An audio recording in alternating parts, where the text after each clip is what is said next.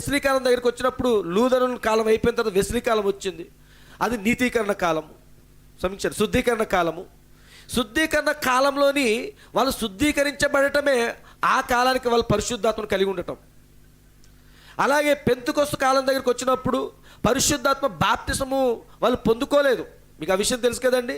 వాళ్ళు కేవలము పరిశుద్ధాత్మ వరములను పొందుకున్నారు, అభిషేకాన్ని పొందుకున్నారు. అదే వారు పరిశుద్ధాత్మ బాప్తిసంగా వారు అనుకున్నారు. ఈ రోజుకి వాళ్ళు అదే కొనసాగిస్తూ ఉన్నారు. భాషలు మాట్లాడడం అంటే వాళ్ళు ఏమనుకుంటారు? పరిశుద్ధాత్మ బాప్తిసం అంటారు. పెంతెకొస్తు వాళ్ళు ఈరోజు భాషలు మాట్లాడుతూ ఉంటారు, ప్రవచిస్తూ ఉంటారు. వాళ్ళు ఆ కార్యాలన్నింటినీ కూడా వాళ్ళు ఏమనుకుంటున్నారంటే అదే పరిశుద్ధాత్మ బాప్తిసం అనుకుంటారు. అవన్నీ కూడా వాళ్ళకి అది పరిశుద్ధాత్మ కార్యముగాను కనబడుతుంది, నీతీకరణ, శుద్ధీకరణ. కానీ మనము జీవిస్తున్న ఈ కాలం దగ్గరికి వచ్చినప్పుడు ఆ పరిశుద్ధాత్మ కార్యములు ఇప్పుడు పనిచేయవు. చూసారా? ఆ నీతీకరణ వచ్చి ఇక్కడ ఇప్పుడు పనిచేయదు, ఆ శుద్ధీకరణ వచ్చి ఇప్పుడు పనిచేయదు. ఆ పరిశుద్ధాత్మ బాప్తిసం అనుకుంటున్న వాళ్ళు, ఆ పెంతెకొస్తు వాళ్ళు అనుకుంటున్నారు, చూసారా, అది ఇక్కడ పనిచేయదు. ఇప్పుడు ఈ కాలానికి దేవుడు ఇక్కడ కూడా ఒక నీతీకరణ ఇచ్చాడు. మనం ఎప్పుడు కూడా ఈ సంఘకాలాల గురించి, ఈ పరిపూర్ణ మానవ స్వరూపం గురించి ప్రవక్త మాట్లాడుతూ ఉన్నప్పుడు ఆయన విశ్వాసం గురించి మాట్లాడుతున్నాడు. సద్గుణము, జ్ఞానము, ఆశా నిగ్రహం, సహనం, వీటన్నిటి గురించి మాట్లాడుతున్నప్పుడు 2 రకాల విశ్వాసాలు ఉంటాయని చెప్పాడు, 2 రకాల సద్గుణములు ఉంటాయని చెప్పాడు, 2 రకాల జ్ఞానములు ఉంటాయని చెప్పాడు. దీనిని బట్టి చూసినట్లయితే అలాగే 2 రకాల నీతీకరణలు ఉంటాయి, 2 రకాల శుద్ధీకరణలు ఉంటాయి, 2 రకాల పరిశుద్ధాత్మ బాప్తిసాలు ఉంటాయని నువ్వు గ్రహించాలి. ఆయన సృష్టించుకొని వచ్చాడు, వాటన్నిటిలో నుంచి భూమిని ప్రత్యేకంగా ఉంచాడు. ఆ భూమిలో నివసిస్తున్నటువంటి మనుషులుగా ఉన్న మనల్ని ఆయన ప్రత్యేకంగా చూశాడు. అంతేనండి. చూడండి, ఇప్పుడు ఆయన సృష్టించిన సృష్టి యావతంతట్లో కూడా సూర్యుడి గురించి ఆయన చింతించట్లేదు, నక్షత్రాల గురించి ఆయన చింతించట్లేదు, చంద్రుడి గురించి ఆయన బాధపడట్లేదు, ఈ సృష్టిలో ఉన్నటువంటి ప్రకృతి గురించి ఆయన బాధపడట్లేదు. మీకు అర్థమవుతుందండి? ఆయన సృష్టించినటువంటి ఈ పాలపుంతలన్నిటి గురించి ఆయన ఏ విధంగా కూడా ఎక్కడ కూడా బాధపడట్లేదు. కానీ ఆ భూమి మీద నివసిస్తున్న మనుషుల గురించి ఆయన బాధపడుతున్నాడు. అలాగే ప్రియమైన సంగమ, ఈరోజు దేవుడు ఈ విశాఖపట్నంలో ఉన్న మనల్ని, ఈ 15-20 లక్షల మంది ఉన్నటువంటి ఈ జనాభాలోని ఎవరి గురించి ఆయన చింతిస్తున్నాడు? ఎవరి గురించి ఆయన చింతిస్తున్నాడు అని అంటే నక్షత్రాల గురించి ఆయన చింతించలేదు. అంతేనండి. ఆయన ఎవరి గురించి చింతిస్తున్నాడంటే దేవుడు నరులను చేసినందుకు ఆయన పశ్చాత్తాపం చెందుతున్నాడు అంటున్నాడు. కాబట్టి ఇందులో ఇన్ని లక్షల మంది ఉన్న ఈ ప్రజల గుంపులోని ఆయన ఎవరి గురించి చింతిస్తున్నాడు అని అంటే ఎవరు అంటే మన గురించే చింతిస్తున్నాడు అండి. మన గురించి ఆయన చింతిస్తున్నాడు, మన గురించి ఆయన బాధపడుతున్నాడండి. చూసారండి? ఇప్పుడు నువ్వు ఫర్ ఎగ్జాంపుల్ ఒక వ్యక్తి ఎవరో ఉన్నారు, ఇదే సమయంలోని అతను ఎక్కడో ఇంటి దగ్గర, ఒక పార్కు దగ్గర, లేదా ఒక సినిమా హాల్ దగ్గర, లేదా ఎక్కడో ఒక ఆఫీసులోనో ఎక్కడో దగ్గర ఒక విశ్రాంతి తీసుకుంటూ చక్కని ఫ్యాన్ కింద కూర్చున్నప్పుడు కళ్ళు ఎత్తలేని స్థితిలో పడుకొని ఉంటుంటే దేవుడు చింతిస్తుంటాడా? మరి ఎవరి గురించి చింతిస్తాడు దేవుడు? ఎవరి గురించి చింతిస్తాడు?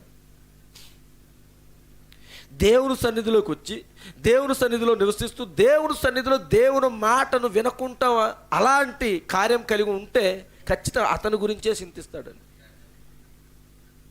అతని గురించే చింతిస్తాడు.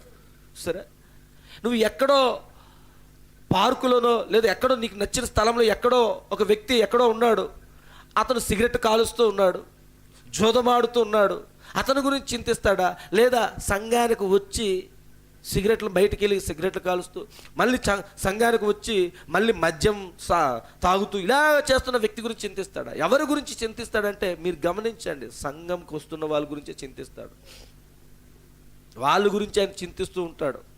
మనం అనుకుంటున్నాము, అయ్యో ఈ లోకం అంత ఇలా అయిపోయింది, ఇది ప్రజలంతా అంత అన్యాయంగా ఉన్నారు, ఇంత భయంకరమైన స్థితిలో దిగజారిపోతున్నారు, దేవుడు ఆ ఉగ్రతను కుమ్మరించబోతున్నాడు. నిజమే. ఒక్క నిమిషం.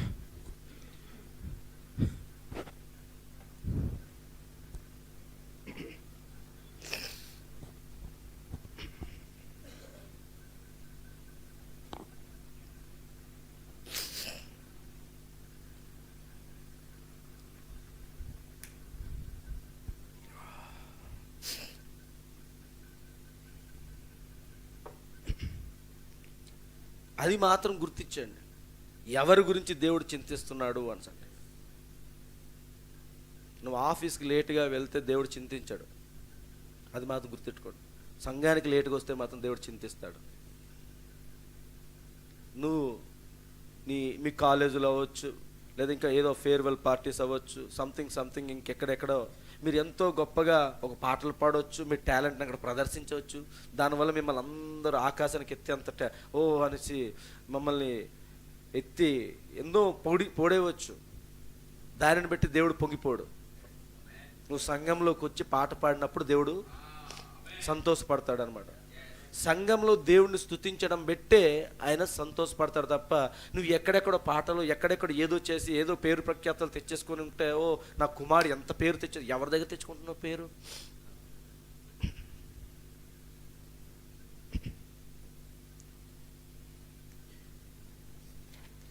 లేఖనాలు చదివిన తర్వాత ప్రవక్త ఈ వర్తమానం గురించి అంటున్నాడు.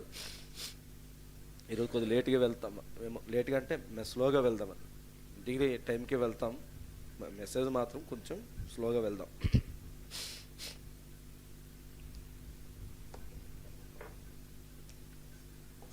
మరి ఈరోజు ఎవరు మిస్ అయ్యారండి?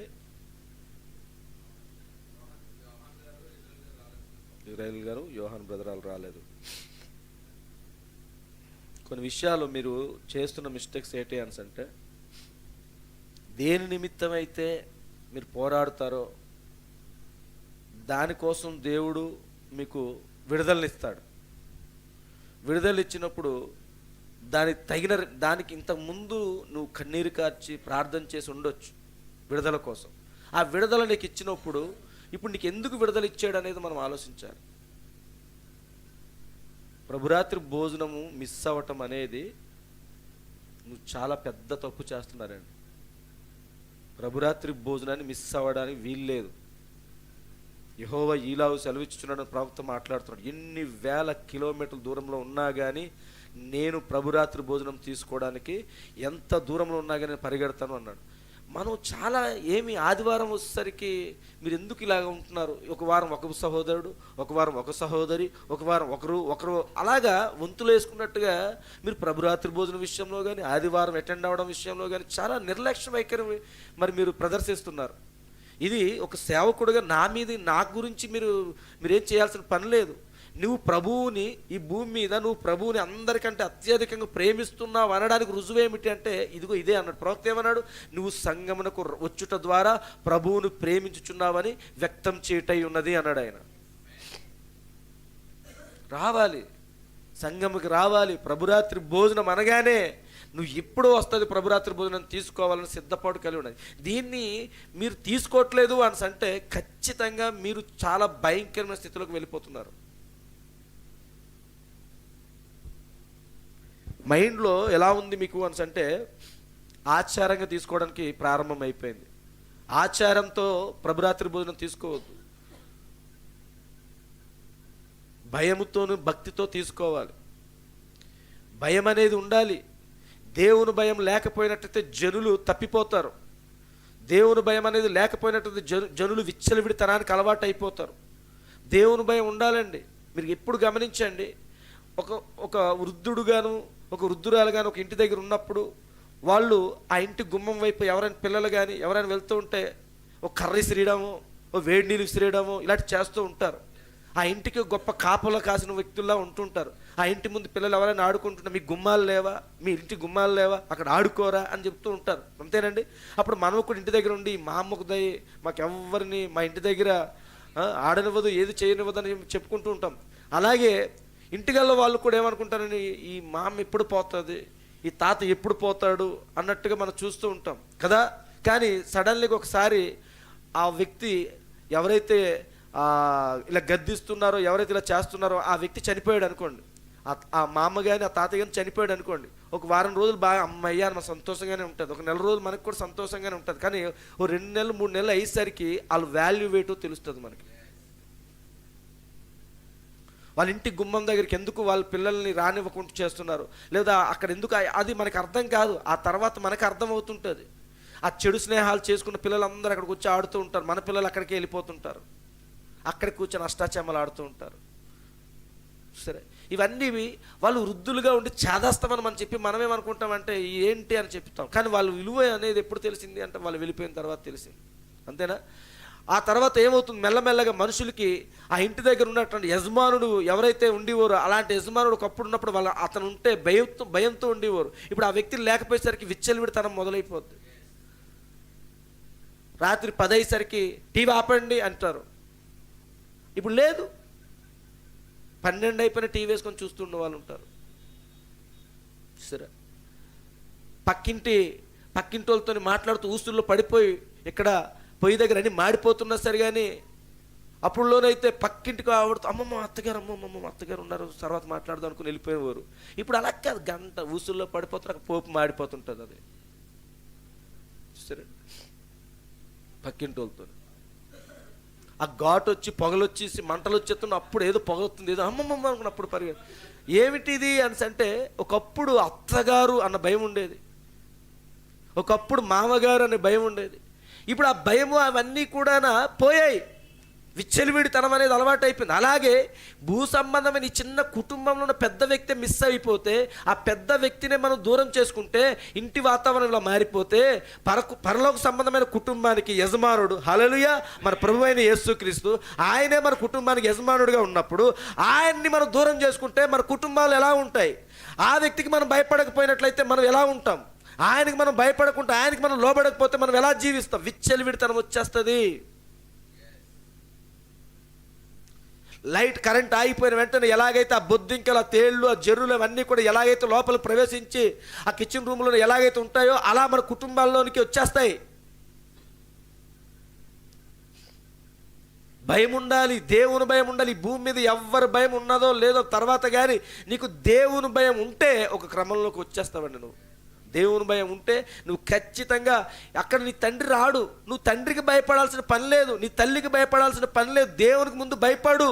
ఫస్ట్ ప్రయారిటీ దేవునికి ఇచ్చి దేవునికి భయపడినట్టయితే ఆటోమేటిక్గా నీ తల్లిని, నీ తండ్రిని, నీ కుటుంబస్తుల్ని, రక్త సంబంధులు, నీ ఇరుగు పొరుగు వారిని, నీ ఆఫీసులో ఉన్న నీ కొలీగ్స్ని, నీ మేనేజర్ని, నీ బాస్ని ఎలా నువ్వు రెస్పెక్ట్ చేయాలి తెలిసిపోద్ది.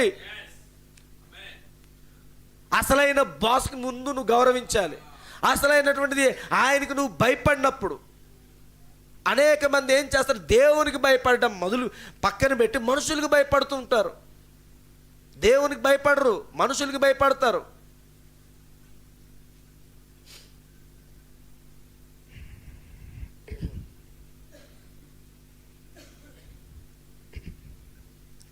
మీకు మీరే నిర్ణయాలు తీసేసుకుంటుంటారు కొన్నిసార్లు.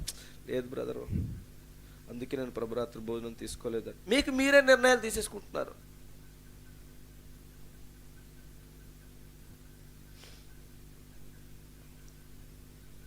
ఈసారికి ఒక బుక్ మెయింటైన్ చేస్తాను, ఓ రిజిస్టర్ మెయింటైన్ చేసి సంఘంలో ఎవరెవరు బాప్తీసాలు తీసుకొని ఎవరెవరు ప్రభురాత్రి భోజనం తీసుకుంటారో ఆ లిస్ట్ తయారు చేసి వాళ్ళు ఖచ్చితంగా ప్రభురాత్రి భోజనానికి అటెండ్ అవ్వాలి.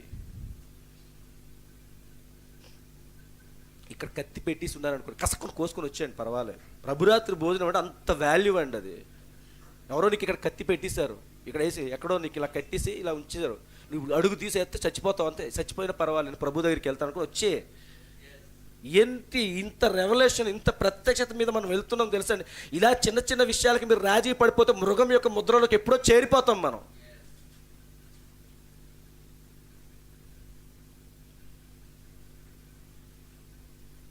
మీకు ఇంకా అర్థం కావట్లేదు. ప్రభురాత్రి భోజనం తీసుకుంటున్న ఆ యొక్క ఆరాధన, ఆ వాతావరణము, దాన్ని నువ్వు నిజంగా ఒక ప్రత్యక్ష ద్వారా పొందుకొని ఉంటే ఎంత ఆనందంలో ఉంటామో మనకు తెలియట్లేదండి. ఎన్ని ఒత్తిళ్ళు నా వెనకాల తెలుసు. మీరు అప్పుడప్పుడు పిక్చర్లు చూస్తుంటారు, తెలుసు కదండి. ఒక ఇంటి దగ్గర ఉన్న ఒక విశ్వాసం మీదకి వచ్చే కత్తి ఒకటే ఉంటుంది, కానీ సేవకుడు మీదకి వచ్చే కత్తులు ఎన్నో గుచ్చుకొని రెడీగా ఉంటాయి. బయటికి మాత్రం కనబడతాడంట సేవకుడు. నీ మీదకి వచ్చే కత్తి నీ కుటుంబానికి సంబంధించిందో వస్తుంది, కానీ సేవకుడు మీదకి వచ్చే కత్తి, ఆ కత్తులు ఎన్నంటే ఇక్కడున్న ఈ ఎన్ని కుటుంబాలు అయితే ఉన్నాయో, ఎంతమంది వ్యక్తులు వాళ్ళందరికి సంబంధించిన కత్తులు రెడీ మోసుకొనే ఉంటాడు వెనక, కానీ బయటికి మాత్రం ఇలా కనబడతాడు పులిపేడు దగ్గర. దాని వాల్యూ మీకు తెలియట్లేదు. ప్రభురాత్రి భోజనాన్ని మీరు ఎందుకు మిస్ అవుతున్నారు? నాకు చాలా బాధాకరంగా ఉందండి ఆ విషయం చూస్తుంటే. ఈ ప్రభురాత్రి భోజనము ఎప్పుడు తీసుకుంటామా అని కొంతమంది ఎదురు చూస్తున్నారు. వాళ్ళకి అవకాశాలు లేక, వాళ్ళకి ఇచ్చే వాళ్ళే లేక. మనకి దేవుడు ఒక మార్గాన్ని తెరిచాడు. ప్రభురాత్రి భోజనం ప్రతి ఆదివారం కూడా తీసుకొచ్చి అంతగా గొప్పగా దేవుడు మనకు మార్గాన్ని తెరిచినా నెలకొకసారి తీసుకుంటున్నాం ఒక క్రమంలోని. అయినా కానీ మన ప్రభురాత్రి భోజనానికి నిర్లక్ష్యం ఎందుకు చేసుకుంటున్నారు? మన మార్గంలో వెళ్ళి దేవుడి దగ్గర రాలేము. దేవుని మార్గంలోకి వెళ్ళే దేవుని దగ్గరికి మరలా రాగలం. ఆదాము అవ్వలు వాళ్ళు సొంత మార్గం ఎన్నుకొని దేవుడి దగ్గర రావడానికి ప్రయత్నం చేశారు. దేవుడు దాన్ని రిజెక్ట్ చేశాడు.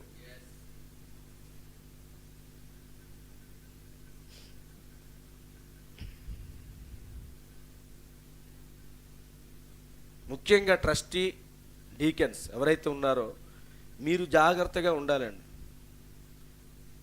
రెండో విషయం కూడా చెప్తున్నాను, ఎవరైతే సంఘ పెద్దలుగా ఉంటున్నారో, ఎవరైతే ట్రస్టీలు డీకెన్స్గా ఉంటున్నారో, వారి యొక్క భార్యలు ఎవరైతే ఇక్కడ ఉన్నారో మీరు సిస్టర్స్, మీరే వాళ్ళకి భక్తి విషయంలో, వర్తమాన విషయంలో ఎటువంటి ఆటంకంగా మీరు ఉండకండి. అలాగానే మీరు గాన ఉండి ఆటంకపరిచే వ్యక్తులుగా మీరు ఉన్నట్లయితే, ఇందాక మనం ఒక దగ్గర చూసాం, ఉదయకాల సమయంలో పరిచర్య అని దేవుడు ఏం చేశాడు? తీసాడు. తీసి ఇంకొకరికి ఇచ్చాడా లేదా? అది జరుగుతుంది. మీరు భయపడండి. మీ భర్తల గురించి నేను చెప్పట్లేదు, దేవుని గురించి చెప్తున్నాను మీకు. దేవునికి భయపడండి. ఆ కార్యం ఖచ్చితంగా ఎవరైతే ఈ సంఘానికి పెద్దలుగా ఉన్నారో, ఎవరైతే ఈ సంఘానికి ట్రస్టీలుగా ఉన్నారో, మీరు ఖచ్చితంగా మీరు ఓవర్కమ్ చేయాలి, జయించాలి.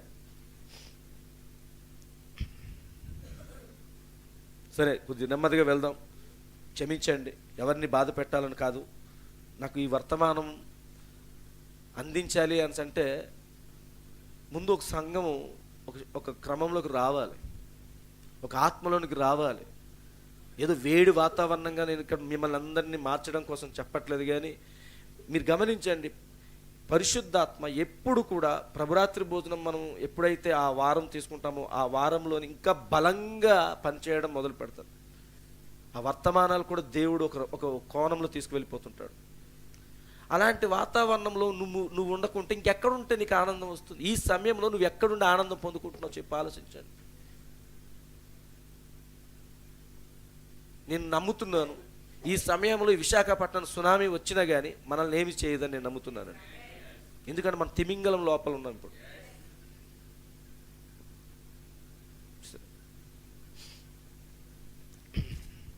20వ పారాగ్రాఫ్ ప్రవక్త వాక్యాన్ని చదివిన తర్వాత, ఈ యెషయా గ్రంథం 38వ అధ్యాయాన్ని చదివిన తర్వాత ఆయన చెప్తున్న మాట నేను మామూలుగా అన్నీ చదువుకుంటూ వెళ్తున్నాను. మొదట హెచ్చరించకుండా దేవుడు మానవునికి తీర్పు విధించాడు. ఈ రాత్రి హంసం ఇదే. దీని వెనక నేపథ్యం మనం చూడవలెను. ఒకనికి మరణమును కలగజేయు ముందుగా దేవుడు హెచ్చరికను ఇచ్చాను. మరణమును కలగజేయడానికి ముందుగా దేవుడు ఏమిస్తాడండి? హెచ్చరికను ఇస్తాడు. అందుకే ఈరోజు ఎవరైనా మరణిస్తున్నప్పుడు మనం అనుకుంటే అయ్యో పాపం ఎందుకు చనిపోయాడో, ఏ కారణం అని మనం అనుకోవచ్చు. మంచిదే, కాదనలేదు. కానీ నువ్వు నిజంగా ఈ వర్తమానంలో మనం ఉంటే దేవుడు అతనికి హెచ్చరిక చేయకుండా ఈ విధంగా తీసుకుని వెళ్ళాడు. హెచ్చరిక ఎవరికి వస్తుంది? మారు మనసు లేని వారికి. తిరిగి జన్మించి పరిశుద్ధాత్మ బాప్తిసం పొందుకున్న వాళ్ళు కూడా మరణిస్తారు. వారికి దేవుడు హెచ్చరిక, ఇదిగో నీ ప్రాణం తీసేస్తున్నాము, నీ ప్రాణాన్ని ఈ రోజుతో నీ ముగించబోతుంది అని చెప్పడం పక్కన పెట్టండి. కానీ వారికి ఒకవేళ మరణము తాకినా కానీ వాళ్ళు జీవంలోకి వెళ్తారు, వారు నిత్య జీవం పొందుకుంటారండి. హల్లెలూయా. కానీ ఎవరికైతే హెచ్చరిక చేస్తున్నారో, ఆ హెచ్చరిక చేసిన తర్వాత కూడా ఆ హెచ్చరికను వారు లోబడకుండా ఉండి అలాగే ముందుకు వెళ్ళినట్టయితే కొద్ది రోజుల్లో మరణము వారికి తాకుతుంది, చనిపోతున్నారు, నిత్య ఎడబాటులోకి వెళ్ళిపోతున్నారు. వీళ్ళకి మరణం తాకుతుంది. కానీ వీళ్ళకు మరణం తాకినా కానీ వీళ్ళు ఒక దినాన్న మరలా ఈ భూమి మీద వాళ్ళు మళ్ళా పునరుద్ధానము చెంది మరలా ప్రభుతో కలుసుకుంటున్నారు. ఆ గొప్ప ఎత్తబాటులో, ఆ గొప్ప పెండ్లి విందులో వాళ్ళు ఉండబోతున్నారు. కానీ వీళ్ళ పరిస్థితి ఏమిటంటే హెచ్చరికకు లోబడకుంటుండి కొద్ది రోజులు వీళ్ళు మరణించడం ద్వారా వీళ్ళు ఏమైపోయారు అంటే నిత్య ఎడబాటులోకి వెళ్ళిపోతున్నారండి. అందుకే దేవుడు ఒక వ్యక్తిని మరణానికి అప్పచెప్పడానికి ముందు హెచ్చరిక చేస్తాడు. ప్రతి వారికి ఇది వర్తించును.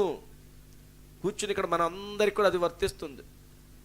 ఉత్తిని పుట్టుకుమని నువ్వు చనిపోవు, ఊరికి నేను మరణించావు. సరే అండి, కొన్నిసార్లు హాస్పిటల్స్కి మనం వెళ్తున్నప్పుడు విత్ ఇన్ సెకండ్స్లో కొంతమంది ప్రాణాలు కోల్పోతూ ఉంటారు, చనిపోతుంటారు. మనం అనుకుంటా, అయ్యో ఇప్పుడు ఇలా మాట్లాడాను, ఇలా వచ్చి గుమ్మం కూడా దాటలేదు, బిల్డింగ్ దాటలేదు, చనిపోయాడేంటి. ఈ కొద్ది నిమిషాలు ఒక పోరాటం జరిగింది. ప్రభు అతన్ని దర్శించాడు, ప్రభు అతనితో మాట్లాడాడు, ప్రభు ఆ యొక్క స్త్రీతో మాట్లాడాడు. ఇదిగో గతించిన కాలం అన్నిటి గుండా నీకు అనేక మార్లు నీతో నేను మాట్లాడాను, నువ్వు లోబడలేదు, ఇప్పుడు కూడా లోబడదు, ఇదే లాస్ట్ క్షణము, ఇప్పుడు ఈ క్షణంలో కూడా నువ్వు దేవునికి అవకాశం ఇవ్వకపోతే ఇదిగో కొద్ది నిమిషాలు నీ ప్రాణం పోతుంది అన్నా ఆ లోబడరు.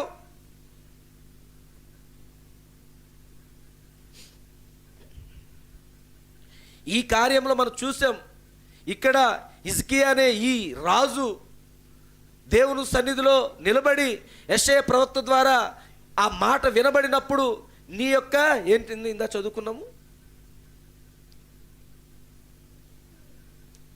చక్కబెట్టుకోవడం గురించి. నీవు మరణమవుచున్నావు, బ్రతకవు గనుక నీవు నీ ఇల్లు చక్కబెట్టుకోనమని యెహోవా సెలవిచ్చుచున్నాడు. నువ్వు ఇప్పుడు చనిపోబోతున్నావు, ఎన్ని రోజులు అన్నాడు చెప్పలేదు, కానీ కొద్ది రోజుల్లో నువ్వు చనిపోబోతున్నావు. ఈ లోపు నువ్వేం చేసుకోవాలి? ఇల్లు చక్కబెట్టుకోవడం అని దేవుడు ఎందుకు సమయం ఇచ్చాడు తెలుసండి? దేవుడు హిజ్కియాని దర్శించినప్పుడు ఒక మంచి అవకాశం ఇచ్చాడు. కొద్ది రోజుల్లో నువ్వు చనిపోబోతున్నావు, ఈ చనిపోయి ఈ మధ్యకాలంలోని ఈ లోపు నువ్వు నీ ఇంటిని చక్కబెట్టుకోవాలి. ఇంటిని చక్కబెట్టుకోవడం అంటే వస్తువులు మంచి అక్కడక్కడ డెకరేషన్ చేసుకొని, ఇంకొక ఏమో తెలియదు 2 నెలల్లో నా ప్రాణం పోతుంది, నా కుటుంబం కోసం నేను మంచి బిల్డింగ్ కట్టేస్తాను, నా పిల్లల కోసం మంచి బిల్డింగ్ కడతాను, నా ఇల్లు ధూళి పెట్టేసింది, దుమ్ము పెట్టేసింది, మంచి రంగులు వేయించేస్తాను, ఇల్లు చక్కబెట్టుకోమన్నాడు కదా ప్రభు. చక్కబెట్టుకోమని చెప్పిన ఇల్లు ఆ ఇల్లు కాదు, ఈ ఇల్లు, నీ శరీరం అనే నీ దేహం అనే ఇల్లుని ఆయన చక్కబెట్టుకోమన్నాడు. ఏమిటి అంటే పశ్చాత్తాపం చెందమంటున్నాడు. ఈ 15 రోజుల్లో నువ్వు నిజంగా దేవుని సన్నిధిలో నువ్వు పశ్చాత్తాపం చెందు. ఇందుకు సమయం అయిపోయింది, ఇంతకాలం నేను వెయిట్ చేశాను, కానీ ఇక నీ కాలం లేదు, కొద్ది రోజులు నీ ప్రాణం పోబోతుంది. కాబట్టి ఈ కొద్ది కాలంలోనే నువ్వు చేయాల్సినటువంటి పని ఏదైనా ఉంటే, దేవునితో నువ్వు పెనుగులాడాల్సిన పని ఏదైనా ఉంటే చెయ్యి అన్నాడు. సరే అండి, ఇప్పుడు దేవుడు ఏం చేశాడు? ఖచ్చితంగా అలాగే హిజ్కియా కూడా దేవుని సన్నిధిలో మొరపెట్టాడు, కన్నీరు విడిచాడు, ప్రార్థించాడు. దేవుడు కూడా వెంటనే ఎక్కడ కూడా చూడండి ఎలాంటి ప్రార్థన, ఎలాంటి మాట వాడాడు చూసారండి. 3వ వచనంలో చూడండి, యెహోవా యథార్థ హృదయుడునై సత్యముతో నీ సన్నిధిని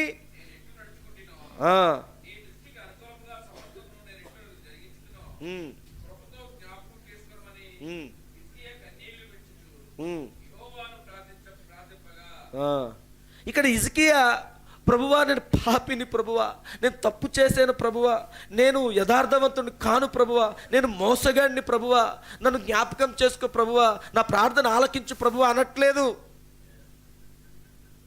డైరెక్ట్గా నించొని ధైర్యంగా చెప్తున్నాడు, కన్నీరు విరుస్తున్నాడు, బాధపడుతున్నాడు. కానీ అతను ఎంత యథార్థంగా ఉన్నాడో, యథార్థ హృదయుడిగా ఉన్నాడో, తన జీవితం ఏమై ఉన్నదో, అక్కడ గడిచిన కాలంలో అతను ఎంత నీతిమంతుడిగా ఉన్నాడో ఇవన్నీ కూడా ప్రభువుకి చెప్తున్నాడు.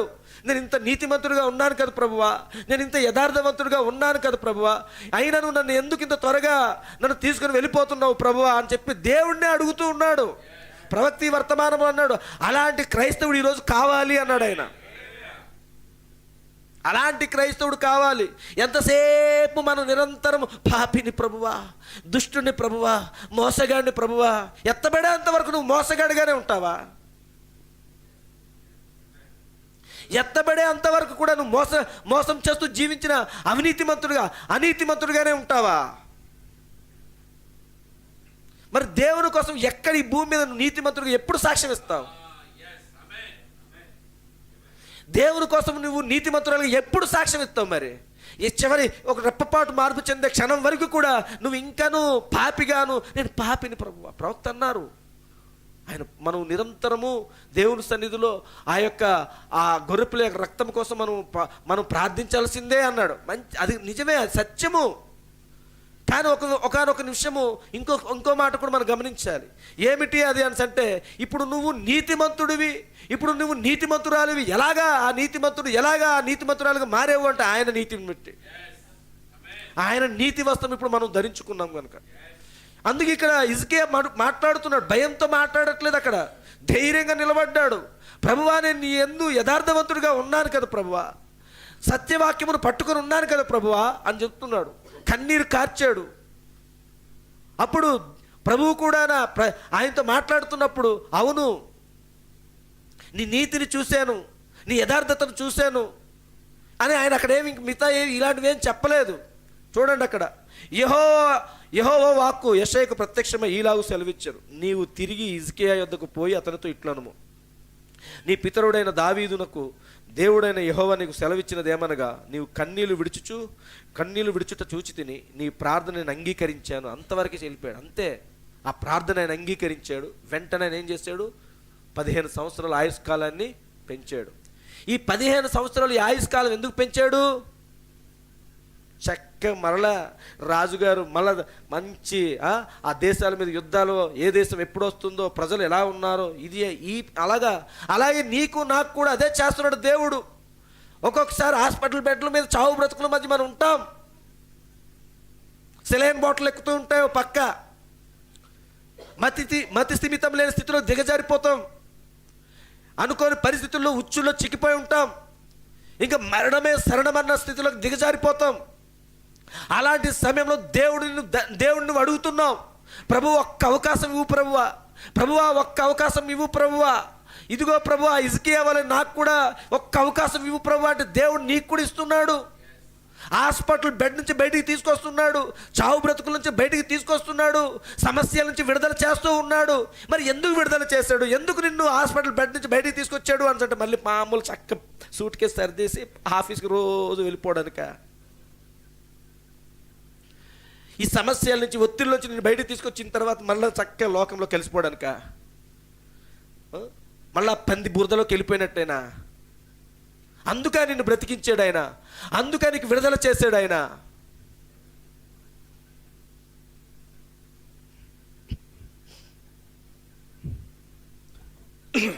అందుకే ఆయన అంటున్నాడు, ప్రతి వారికి ఇది వర్తించును. ఏమిటి? ఒకరి మరణమును కలగజేయు ముందుగా దేవుడు హెచ్చరికను ఇచ్చును. హెచ్చరిక లేకుండానే ఇతడు చనిపోయెను అని కొన్నిసార్లు మనము కొందరిని గూర్చి తలంచెదము. అది తప్పు. అతను హృదయంలో ఏమున్నదో నీవెరగవు. హల్లెలూయా.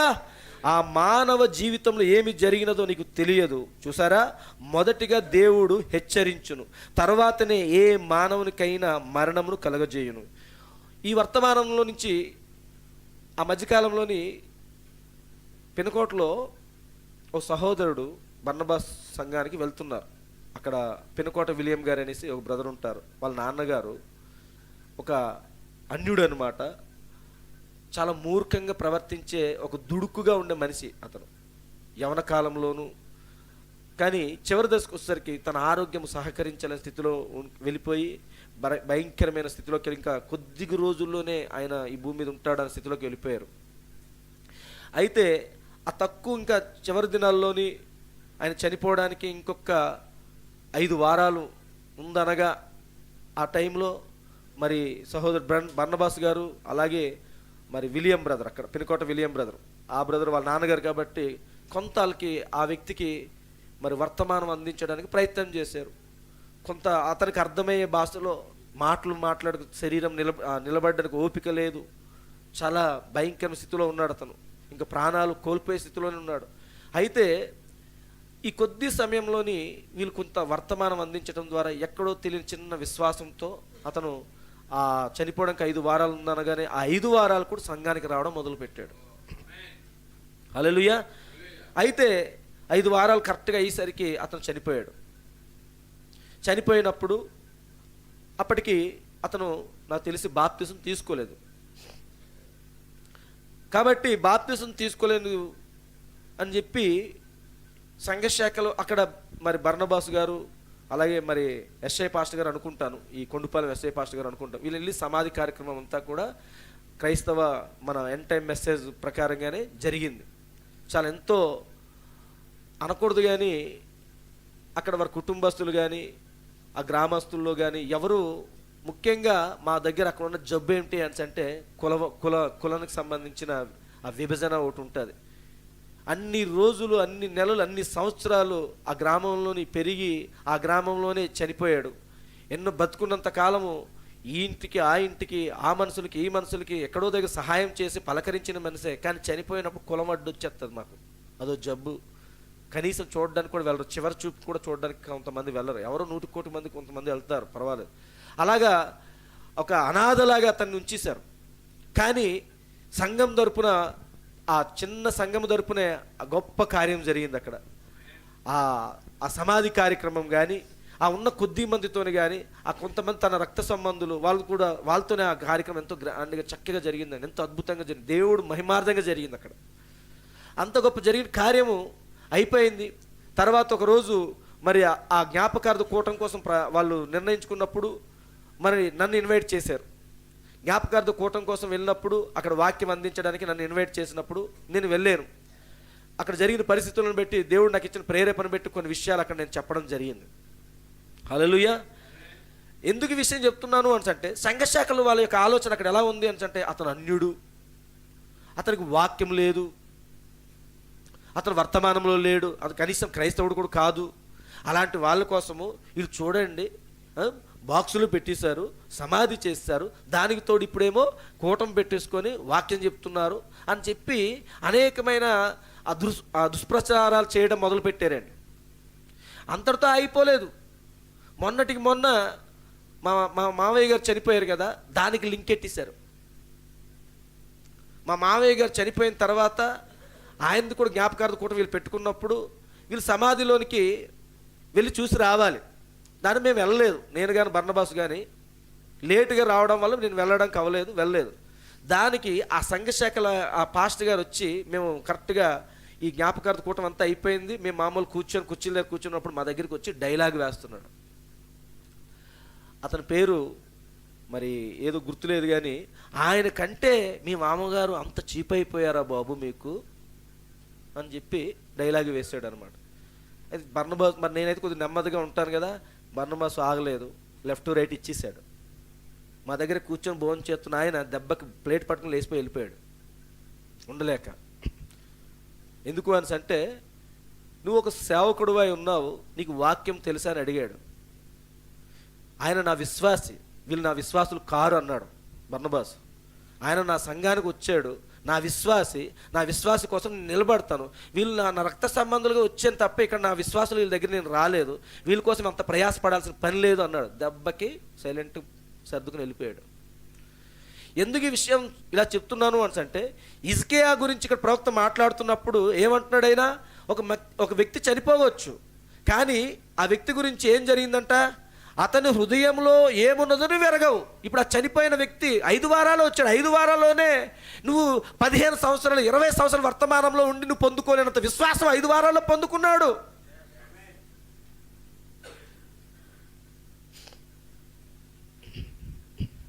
ఆ రోజు చెప్పాను, పరిశుద్ధాత్మ ప్రేరేపణ ద్వారా వచ్చిన వర్తమానం నుంచి ఏం చెప్పాను తెలుసా అంటే, సిలువలో ఉన్న దొంగ గురించి మాట్లాడాను. నేను సిలువలో ఉన్న దొంగ గురించి మాట్లాడాను.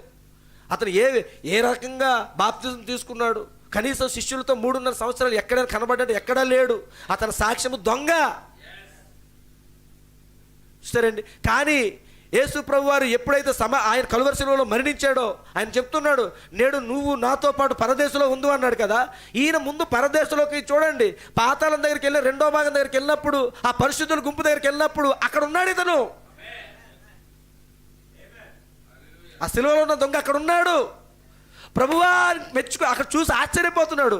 కొద్ది నిమిషాల ముందు నిన్ను కలువరి శిలువలో నీతో ఉన్నాను, కానీ కొద్ది నిమిషాల తర్వాత ఇప్పుడు నీ పక్కనే ఉన్నాను ప్రభువా, ఎంత ధన్యుడిని ప్రభువా అన్నాడు. కానీ 3.5 సంవత్సరాలు కూడా ఇదిగో ప్రభువుతోనే తిరిగాడు. ప్రభు ఎక్కడుంటే అక్కడే ఉన్నాడు. చూస్తారండి, రక్త సంబంధం అనుకుంటున్నారు. కానీ 2వ సాతాను యొక్క తాళం తీసుకొని తన్ని ఆ చెర లోపలికి వెళ్ళిన తర్వాత అక్కడ ఉంటున్నాడు. ప్రభు ముఖం చూడలేకపోతున్నాడు. ఇప్పుడు ప్రభువా నేను చూడలేను ప్రభువా అంటున్నాడు. ఆ విషయం అక్కడ చెప్పాను. చాలామంది అక్కడ ఉన్న కొద్ది గుంపు అయినా కానీ దాన్ని ఎంతో లోతుగా గ్రహించారండి. ఆ రోజు ఆ సహోదరుడికి ఎలాంటి ఆదరణ అది, ఎలాంటి కూటమది చూసారండి. అలా ఇక్కడ ప్రవక్త కూడా ఎవరు చనిపోతున్నారు, హఠాత్తుగా మరణించవచ్చు, కానీ దేవుడు వారిని సంధిస్తాడు. నీకు నాకు తెలియకపోవచ్చు, అయ్యో హఠాత్తుగా మరణించాడు, అయ్యో కొద్ది సమయం ఇచ్చిన బాగుండు, వర్తమానం వాళ్ళకి తెలియజేసిన బాగుండు. దేవుడు ఆల్రెడీ తెలియజేశాడు. ఎలాగో ఏ మనిషి వెళ్ళకపోవచ్చు, అతను వర్తమానం అందించడానికి ఏ మనుషుడు వెళ్ళకపోవచ్చు, ఏ వర్తమాన సహోదరుడు వెళ్ళకపోవచ్చు, కానీ నువ్వు అనుకుంటున్నావు వర్తమానం వెళ్ళలేదనేసి. కాదు, వెళ్తుంది. ఎలా వెళ్తుంది? సృష్టి ద్వారా కూడా వర్తమానం వెళ్తుంది. మీరు మాట్లాడకపోతే రాళ్ళు మాట్లాడతాయి. కారణం ఏమిటి? ఆ రాళ్ళ ద్వారా దేవుడు అతనికి వర్తమానం అందిస్తాడు. ఆయన ఆ జీడి తోటలోనికి వెళ్తున్నప్పుడు ఎన్నో సంవత్సరాలుగా అతను అక్కడ ఆ జీడి తోట ఆ పనులు చేస్తూ ఉన్నప్పుడు, ఆ అడవుల్లోనూ ఆ వ్యవసాయ పనులు చేస్తున్నప్పుడు ఏదో ఒక రోజు అతను ఆ ప్రకృతిలో నుంచి దేవుడు గ్రహించే ఉంటాడు. సరే, ప్రవక్త ఒక సందర్భాన్ని తీసుకొని మాట్లాడుతున్నప్పుడు ఒక పల్లెటూరులోని ఒక వ్యక్తి ఉంటాడు. ఆ వ్యక్తికి ఒక పెళ్ళిడికి వచ్చినటువంటి కుమార్తె ఉంది. ఆమెకి వివాహం చేశాడు. చేసిన తర్వాత ఆమె పట్టణంలో ఉన్నటువంటి వ్యక్తిని వివాహం చేసుకోవడంతో పట్టణంలో ఉంటుంది. అయితే తన తండ్రి తన కుమార్తెను చూడడానికి వచ్చాడు. చూడడానికి పట్టణంలోకి వచ్చినప్పుడు తన తండ్రికి ఉన్నటువంటి ఆ స్వభావం ఏమిటి అని అంటే, తన చేతిలో ఎప్పుడు బైబిల్ ఉంటుంది. ఆ పరిశుద్ధ గ్రంథం తీసి తన గదిలోనో లేకపోతే ఎక్కడ కూర్చొని చదువుతున్నప్పుడు పరవశించిపోయి ఆ ఆనందం తట్టుకోలేక ఏం చేస్తాడంటే హల్లెలూయా ఆమేన్ అని కేకలేస్తూ ఉంటాడనమాట. ఇది ఆ అమ్మాయి చాలా సందర్భాలు, నాన్న ఎందుకు నాన్న అలాగే, నీకు ఆనందం కలిగింది మంచిదే కాదలేదు, కానీ నువ్వు కంట్రోల్ చేసుకోవాలంతే. అవునమ్మా అలాగే కానీ ట్రై చేస్తున్నాను కానీ అవ్వట్లేదమ్మా అంటుంటాడు. అయితే ఒకరోజు ఆ ఇంట్లోని ఒక ఫంక్షన్, ఏదో బర్త్డే ఫంక్షన్ ఏదో, మరి మొత్తానికి ఒక ఫంక్షన్ ఉంది. తన స్నేహితులు చాలామంది చుట్టాలు, ఆ ఇరుగు పొరుగు వాళ్ళందరూ వస్తారు. ఆ సమయంలో ఒకవేళ నాన్నుండి అక్కడ ఇలాగే ఏదో బైబిల్ ఏదో చదువుతూ ఉంటే, ఖచ్చితంగా అక్కడ ఏదో దేవుడికి సంబంధించిన మాట ఏదో వచ్చి ఉంటే అతను ఇంకా పరవశించిపోయి ఆమేన్ అని గట్టి కేకలేస్తాడని, హల్లెలూయా అని గట్టి కేకలేస్తాడని భయపడిపోయి, నాన్న ఇదిగో మరి ఈరోజు చిన్న ఫంక్షన్ ఉంది, ఈ ఫంక్షన్ అయినంత వరకు నువ్వు ఆ మేడగదిలో నుండు, అక్కడి నుంచి కిందకి దిగకు అని చెప్పింది. అంతేకాకుండా ఈరోజు మాత్రం నువ్వు బైబిల్ చదవడానికి వీలేదు, నువ్వు చదువుకోవడానికి అక్కడ నీకు ఒక పుస్తకం పెట్టాను. అర్థమైందండి? ఈ అట్లాస్ ఉంటుంది కదా మనకి, అట్లాసేనండి దానికి అంటారు. ఈ అట్లాస్ ఉంటుంది కదా, ఈ అట్లాస్ అనే పుస్తకం ఏదో పెట్టింది. ఇది ఉంటుంది అక్కడ ఏదో పుస్తకం ఉంది, కావాలంటే అది చూసుకో, అంతే తప్ప ఇంకేమీ లేదు అనుకుని చెప్పి బైబిల్లో ఒక పక్కన పెట్టించి మొత్తానికి వీళ్ళు పార్టీ దగ్గర మంచి ఎంజాయ్ చేస్తున్నారు. మ్యూజిక్లతో పాడుతూ ఎంజాయ్ చేసుకుంటూ అన్నీ అవుతున్నాయి. ఈలోపు వాళ్ళ నాన్న అట్లా ఇంకేం చేయాలో అర్థం కాకపోయినా గోల వింటున్నాడు పక్కనేసి. సరే ఏం చేద్దాం, ఆ పుస్తకం తీసాడు, ఈ అట్లాస్ తీస్తున్నాడు. ఇలాగా ఇక్కడ చూస్తూ ఉంటే అక్కడ ఈ 7 ఖండాలు కనబడుతున్నాయి, 7 కాంటినెంట్స్ కనబడుతున్నాయి. ఇవన్నీ చూస్తున్నాడు. సముద్రం ఆ బ్లూ కలర్లో కనబడడము ఇవన్నీ చూస్తూ ఉన్నాడు. ఆ చెట్లను చూస్తున్నాడు. ఇవన్నీ చూస్తుంటే ఇతను అలా చూసుకుంటూ వెళ్ళిపోయి ఆదికాండం కనబడుతుంది. ఇప్పుడు అతనికి అక్కడ ఆదికాండంలో దేవుడు ఇదే కదా సృష్టించాడు, సముద్రము కలుగునుగా కంటే కలిగింది ఇదే కదా, ఈ సముద్రమే కదా, ఇదిగో ఈ భూమి కలుగునుగా కానీ పలికితే కలిగిన భూమి ఇదే కదా. ఇలా ఇంకా డీప్గా అక్కడ ఐలాండ్స్ని చూస్తున్నాడు. ఐలాండ్ను చూసి ఆ అన్నిటి చూసి ఇంకా డీప్గా వెళ్ళిపోయి లీనమైపోయి ఆమేన్ హల్లెలూయా అయిపోతున్నాడు అక్కడ. ఇప్పుడు ఈ కింద పార్టీ జరుగుతున్న వాళ్ళందరూ ఒక్కసారి సైలెంట్, మన అరుపులు కాకుండా ఇంకెక్కడి నుంచి అరుపులు వస్తున్నాయి అంటున్నారు వీళ్ళందరూ. ఈలోపు ఆ అమ్మాయికి అర్థమైపోయింది, అయ్యో అదేంటి నిజమే కదా, ఈ అరుపులు రాకూడదే, ఏంటి అరుపులు వస్తున్నాయి అనుకుని వెంటనే గబగబా మేడ మీద పరిగెట్టి వెళ్ళి తలుపు తీసి నాన్న ఏమ్మా అంటే, నాన్న ఇదేంటి నువ్వు ఎందుకు అరుస్తున్నావు అంటే, లేదమ్మా అరిసేను కొంచెం ఆనందం వచ్చిందంటే, అసలు నువ్వు ఆనందించడానికి నీ చేతిలో బైబిల్ లేదు కదా అంటే, బైబిల్ లేకపోవచ్చు కానీ బైబిల్లో చెప్పిన దేవుడు ఇదిగో ఈ పుస్తకాల్లో కూడా కనిపిస్తున్నాడమ్మా అంటున్నాడు ఆయన. ఎలాగా అని ఇదిగో ఈ సముద్రం మరి ఎలాగొచ్చింది అనుకుంటున్నావు? దేవుడు ఇదిగో సముద్రం కలుగునుగా కానీ పలికాడు కదా ఆదికాండంలోని. ఇదిగో ఈ గ్రీన్ కలర్లో కనబడుతున్న ఈ ప్రాంతం అంతా ఏటనుకుంటున్నావమ్మా? అది అడవులు, అది భూమి. ఇదిగో ఇక్కడ మంచుగా కనబడుతుంది చూసారా, గ్రీన్ ల్యాండ్ అని కనబడుతుంది చూసావా, ఇది ఏటనుకుంటా దేవుడు సృష్టించిన మంచు పర్వతాలు.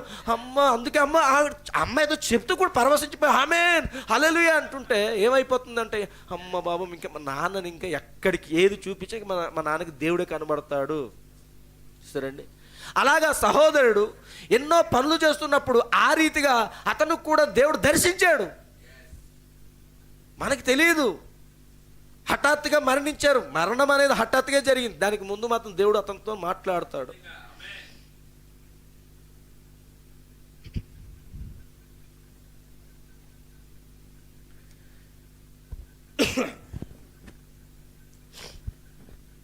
తర్వాతనే ఏ మానవునికైనా మరణము కలగజేయును. హల్లెలూయా. మొదటిగా దేవుడు హెచ్చరించును, తర్వాతనే ఏ మానవునికైనా మరణము కలగజేయును.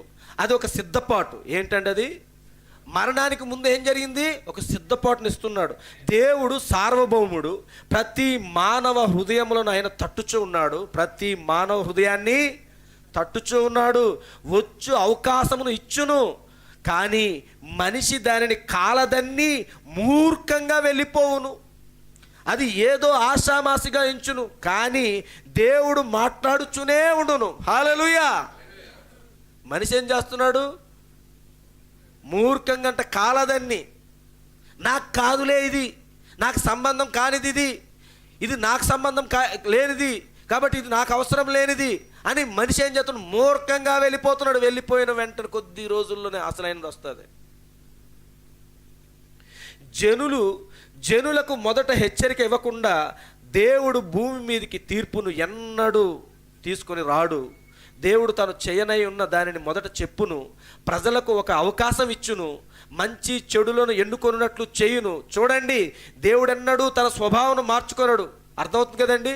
ఈరోజు ఈ వర్తమానం నుంచి చాలామంది లోకంలో కలిసిపోయిన వాళ్ళు ఉన్నారా లేదండి? చాలామంది వర్తమానంలో ఉండలేకుండా లోకంలో కలిసిపోయిన వాళ్ళు ఉన్నారా లేదా? ఉన్నారు. మరి అలా లోకంలో వాళ్ళు కలిసిపోవడానికి ముందే వారితో దేవుడు వ్యక్తిగతంగా మాట్లాడతాడు. మరి చివరి అవకాశం ఇచ్చాడు. చివరి అవకాశం ఇచ్చిన తర్వాతనే వారిని ఇంకా విడిచిపెట్టేశాడు దేవుడు. మీరు అనుకుంటున్నారు, చాలామంది మనమే అనుకుంటాం, వర్తమానం విడిచిపెట్టేశారు అనుకుంటాం. దేవుడు వారిని విడిచిపెట్టేశాడు. వర్తమానం వాళ్ళు విడిచిపెట్టేలేదు, దేవుడే వారిని విడిచిపెట్టేశాడు. ఎందుకు తెలుసండి? దేవుడే వారిని ఎందుకు విడిచిపెట్టేశాడు అని అంటే, వీళ్ళు దేవుడిని పట్టుకోవడం మొదలుపెట్టారు. దేవుడు నువ్వు పట్టుకోకూడదు, దేవుడు నిన్ను పట్టుకోవాలి. ఆదామని దేవుడు పిలిచాడా? ప్రభువా అని ఆదాం పిలిచాడా? తప్పు జరిగిన తర్వాత, పాపం జరిగిన వెంటనే ఏదైనా తోట దగ్గర దాక్కొని ఉన్నటువంటి ఆదాం దగ్గరికి దేవుడు, ఆదామా, నా కుమారుడైన ఆదామా ఎక్కడా అని ఆయన పిలిచాడా? లేకపోతే ఆదామే, ప్రభువా, నా తండ్రి అయిన దేవా ఎక్కడున్నావు అని ఆయన పిలిచాడా? ప్రభువే ముందు పిలిచాడు. కాబట్టి ప్రభువే నిన్ను పట్టుకోవాలి. నువ్వు ప్రభువును పట్టుకుంటూ జారిపోతావు. నీ చెయ్యి అలసిపోతుంది. నీ చెయ్యి ఎక్కువసేపు ఉండలేదు. ఏదో ఒక సమయంలో నీ చెయ్యి అల్పు వచ్చేసి విడిచిపెడేస్తావు. కానీ ప్రభువు నిన్ను పట్టుకున్నాడు అనుకోండి, ప్రభువును పట్టుకుంటే నువ్వు విడుదల పొందుకోలేవు. ప్రభు హస్తము, ఆయన ఎన్నడూ కునుకడు, నిద్రపోడు. మనకు అలసట వచ్చి నిద్రపోతాం. అందుకే నువ్వు పట్టుకున్నావు కాబట్టి నువ్వు విడిచిపెట్టేస్తావు. నువ్వు చెప్పాల్సింది, ప్రభువా నేను పట్టుకోవడం కాదు కానీ ప్రభువా నీవే నన్ను పట్టుకో ప్రభువా అంటున్నాను.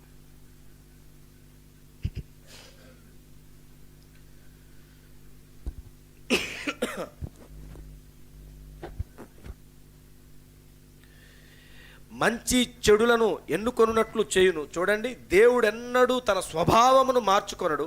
ఆదిలో ఆయన ప్రారంభించిన కార్యక్రమము మారదు. ఎందుకనగా ఆయన అనంతుడు. ఆయన ఉద్దేశంలో ఆయన కార్యములు సరైనవి. ఆయన వాటిని మార్చినచ్చో ఇప్పుడు ఏదో ఇంకా ఎక్కువ నేర్చుకున్న భావము, అంతే కదండి? అప్పుడు ఆయన చేసిన దానికి ఇలా కాకుండా ఇప్పుడు ఇలా కాదు, ఇంకోలా చేద్దాం అనేసి దేవుడు అనుకున్నాడు అనుకోండి. దాని అర్థం ఏంటంట? ఇంకా ఏదో ఇంకెక్కువ నేర్చుకున్నాడు దేవుడు ఇంకా ఎక్కువ నేర్చుకున్నాడు. లాస్ట్ ఇయర్ నేను ఈ స్కూల్కి వచ్చిన తర్వాత వాళ్ళు చెప్తున్నప్పుడు అదే ఫస్ట్ టైం ఆ టెక్స్ట్ బుక్ చూడడం కాబట్టి కొంచెం ప్రిపేర్ అవుతూ వెళ్ళేలా చెప్పుకుంటూ వెళ్ళాను. ఈ సంవత్సరం వచ్చేసరికి అంత ప్రిపేర్ అవసరం లేదు కదా, నాకు ఆల్రెడీ ఒక సంవత్సరం ఎక్స్పీరియన్స్ ఉంది కాబట్టి అక్కడక్కడ ఏదో మర్చిపోయినవి ఏమంటే ఆ పాయింట్లు తీసి చెప్పాలి తప్ప మిగతా అంతా కూడా నాకు అది తెలుసు కాబట్టి అని చెప్పేస్తుంటాను చక్కగా. అంటే ఏంటి, ఒక ఎక్స్పీరియన్స్ వచ్చింది. మానవుడిగా మనం అలా అనుకుంటాం, కానీ దేవుడు అయితే మొదటిసారే చివరి వరకు ఏది చెప్పాలన్నీ చెప్పేస్తాడు. మొదటిసారి ఆయన చెప్తున్నప్పుడే ఆయన ఎలా ఉంటుంది అంటే ఇంకా ఎన్ని క్లాసులైనా అదే చెప్తారు తప్ప ఇంకోటి మార్చడు ఆయన.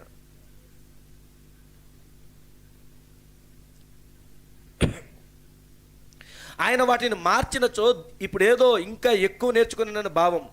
అనంతుడగు ఆయన నేర్చుకొనునా? ప్రవక్త అడుగుతున్నాడు, అనంతుడైన ఆయన నేర్చుకొనునా?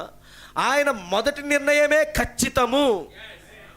ఆయన మొదటి నిర్ణయమే ఖచ్చితము, దానిని ఏనాడు ఆయన మార్చాడు. చూడండి, దేవుడు మానవుని సృజించి మంచి చెడులను ఎన్నుకొని ప్రదేశంలో ఉంచెను, దానిని అతడు అంగీకరించునో లేదో చూడగోరెను. కాబట్టి ఇప్పుడు కూడా అవకాశం మనకి ఇచ్చాడు దేవుడు. నీకు రెండు అవకాశాలు ఇచ్చాడు. మంచి చెడును ఎన్నుకునేది నీవే. ఏదైనా తోట దగ్గర మానవుడిని పెట్టిన తర్వాత మంచి చెడులను తెలివిని వృక్ష ఫలం ఉంది, జీవవృక్ష ఫలం కూడా ఉంది. ఈ రెండిట్లో నువ్వు ఏది చూస్ చేసుకుంటే నీ ఇష్టం. అది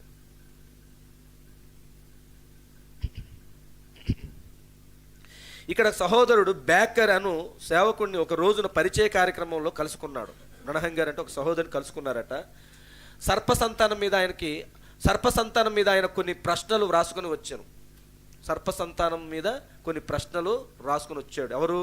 ఈ బేకర్ అనే సహోదరుడు. సిస్టర్స్, మీరే ఇక్కడ యవనస్తులుగా ఉన్న మీరు, పిల్లలు ఎవరిమైనా సరే కానీ ఈ మాట కూడా మీకు చెప్తున్నాను. మీ డ్రెస్ సెన్స్ విషయం గురించి మాట్లాడుతున్నాను. ఆడపిల్లలు యవనస్తులుగా ఉన్న మీరు ఈ పంజాబ్ డ్రెస్సులు ఏవైతే వేసుకుంటున్నారో అవి వేసుకునే చున్నీలు మీరు పశువులకి మెడలకి ఇలా కట్టినట్టు ఇలా కాదు. చున్నీ రివర్స్ ఇలా ఉండాలి.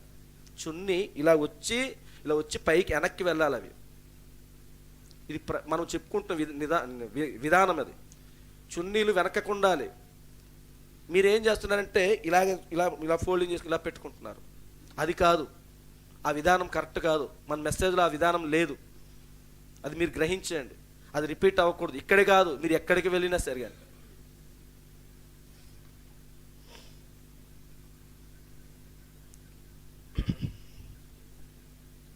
ఆ సహోదరుడి కంట కొన్ని సర్పసంతానం మీద ప్రశ్నలు రాసుకొని వచ్చాడంట.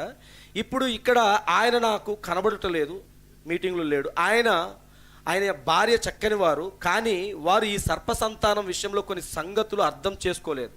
ప్రవక్త చెప్పినటువంటి సర్పసంతానం సంబంధించిన విషయాలు అర్థం చేసుకోలేకపోయారట. వారికి కొన్ని సంగతులు చెప్పాను, గర్భధారణ గూర్చి ప్రస్తావించాను. ఆ సోదరుడు 2 ఏళ్ల నుండి క్రైస్తవునిగా ఉన్నాడు, అయితే ఈ కొన్ని సంగతులు అర్థం కాలేదు. 2 ఏళ్ల నుంచి క్రైస్తవుడిగా ఉన్నాడు, కానీ ఈ సంగతుల గురించి అతనికి ఏమీ అర్థం కాలేదు. ఇప్పుడు 23వ పారాగ్రాఫ్, మీరు పరిశుద్ధాత్మ మీద ఆధారపడవలను. అర్థం అవ్వాలి అంటే దేని మీద ఆధారపడాలి? ఎందుకనగా బైబిల్ చిక్కు కథ వలె ఉన్నది. ఒక వార్తాపత్రిక వలె కూర్చొని చదివినా చాలదు. బైబిల్ను వార్తాపత్రికలా కూర్చొని చదివితే వచ్చింది కాదు. అది అర్థమవుతుందా? అది మరుగై ఉన్నది. హల్లెలూయా, అవునయ్యా. దేవుడు మోషేతో, జాగ్రత్త చూడండి, ఇప్పుడు దేవుడు మోషేతో దేని స్వరూపమును చేసుకొనరాదు అని ఆజ్ఞలలో చెప్పాడా లేదండి? 10 ఆజ్ఞల్లోని కూడా ఆయన మొట్టమొదటి ఇచ్చిన ఆజ్ఞ అది. భూమి మీద కానీ ఆకాశం పైన కానీ ఎక్కడ కూడానో ఏ రూపంలో నువ్వు ఏ దాన్ని కూడా నువ్వు పూజించకూడదు అని అన్నాడు. అంతేనండి, నేను తప్ప మీకు వేరొక దేవుడు ఉండకూడదని చెప్పాడు. కాబట్టి ఆ ఆజ్ఞను దేని స్వరూపమును చేసుకొని రాదని ఆజ్ఞలలో చెప్పాను. ఆకాశము వంటిది కానీ దేవదూత లేదా మరి దేని రూపమును చేసుకొని రాదని చెప్పాను. చెప్పాడు ఇప్పుడు అయినా అదే రోజున 2 ఇత్తడి దేవదూతలను పోత పోసి కరుణాపీఠం మీద పెట్టమని చెప్పాను. ఇది ఎలా సాధ్యం? ఇప్పుడు నువ్వు ఏ మైండ్తో నువ్వు ఆలోచిస్తే ఇది నీకు అర్థమవుతుంది. ఇది ఒక చిక్కుముడి. ఇప్పుడే కదా దేవుడు అసలు ఏ రూపం వద్దన్నాడు, ఏ ఇత్తడి రూపం వద్దో, ఏ బంగారం తయారు చేసిన ఏ రూపాలు వద్దన్నాడు. అలాంటి దేవుడు మరలా ఏంటి ఇప్పుడే? నేను అనేక సార్లు అనుకుంటుంటాను. కొన్ని సంవత్సరాల క్రితం నా మైండ్లో అలాగే మెలిగింది. ఈ వర్తమానం చదివిన తర్వాత నాకు ఒక ప్రత్యక్షత వచ్చింది. ఏమిటి అంటే, మనము మన ఇంటి దగ్గర ఏ ఫోటోలు కానీ ఏమి పెట్టుకోము. ఒకరు పెట్టుకుంటే అది కూడా మనం కూడా ఒక రోమన్ క్యాథలిక్ సిద్ధాంతాలలాగే అయిపోతుంది కదా. అలాంటిది ఈరోజు మనం ఎందుకు బ్రనహం గారి ఫోటో ఏంటి, మేఘం ఫోటో ఏంటి, ఇదేంటి, ఇవన్నీ నేను వర్తమానం కూర్చుని కొత్తలో నాకు అలా అనిపించింది. కానీ ఆ టైంలోనే నేను ఈ వర్తమానము గుడ్ న్యూస్ సొసైటీ వాళ్ళ దగ్గర ఫస్ట్ ఎల్లో కలర్లో ఉండేది. ఇది మేబీ ఎల్లో కలర్ అనుకుంటాను. ఆ కలర్లో ఉన్నప్పుడు చదువుతున్నప్పుడు నాకు ఇది తగిలింది. నాకు అప్పుడు ప్రభువా నా అజ్ఞానానికి క్షమించు ప్రభువా అన్నాను నేను. అర్థమవుతుంది మనకి.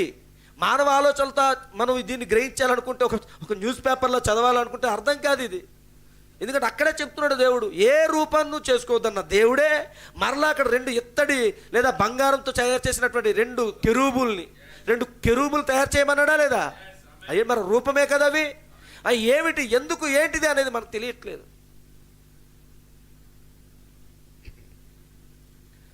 ఆకాశం వంటిది కానీ దేవదూత లేదా మరి దేని రూపం చేసుకున్న రాదని చెప్పాను. అయినా అదే రోజున 2 ఇత్తడి దేవదూతలను పోతపోసి కరుణాపీఠం మీద పెట్టమని చెప్పాను. కరుణాపీఠం ఎచ్చటున్నది చూసారా? ఆయన వాక్యమును అర్థం చేసుకుని ముందుగా మీరు దేవుణ్ణి, ఆయన స్వభావమును తెలుసుకొనవలసి ఉన్నాము.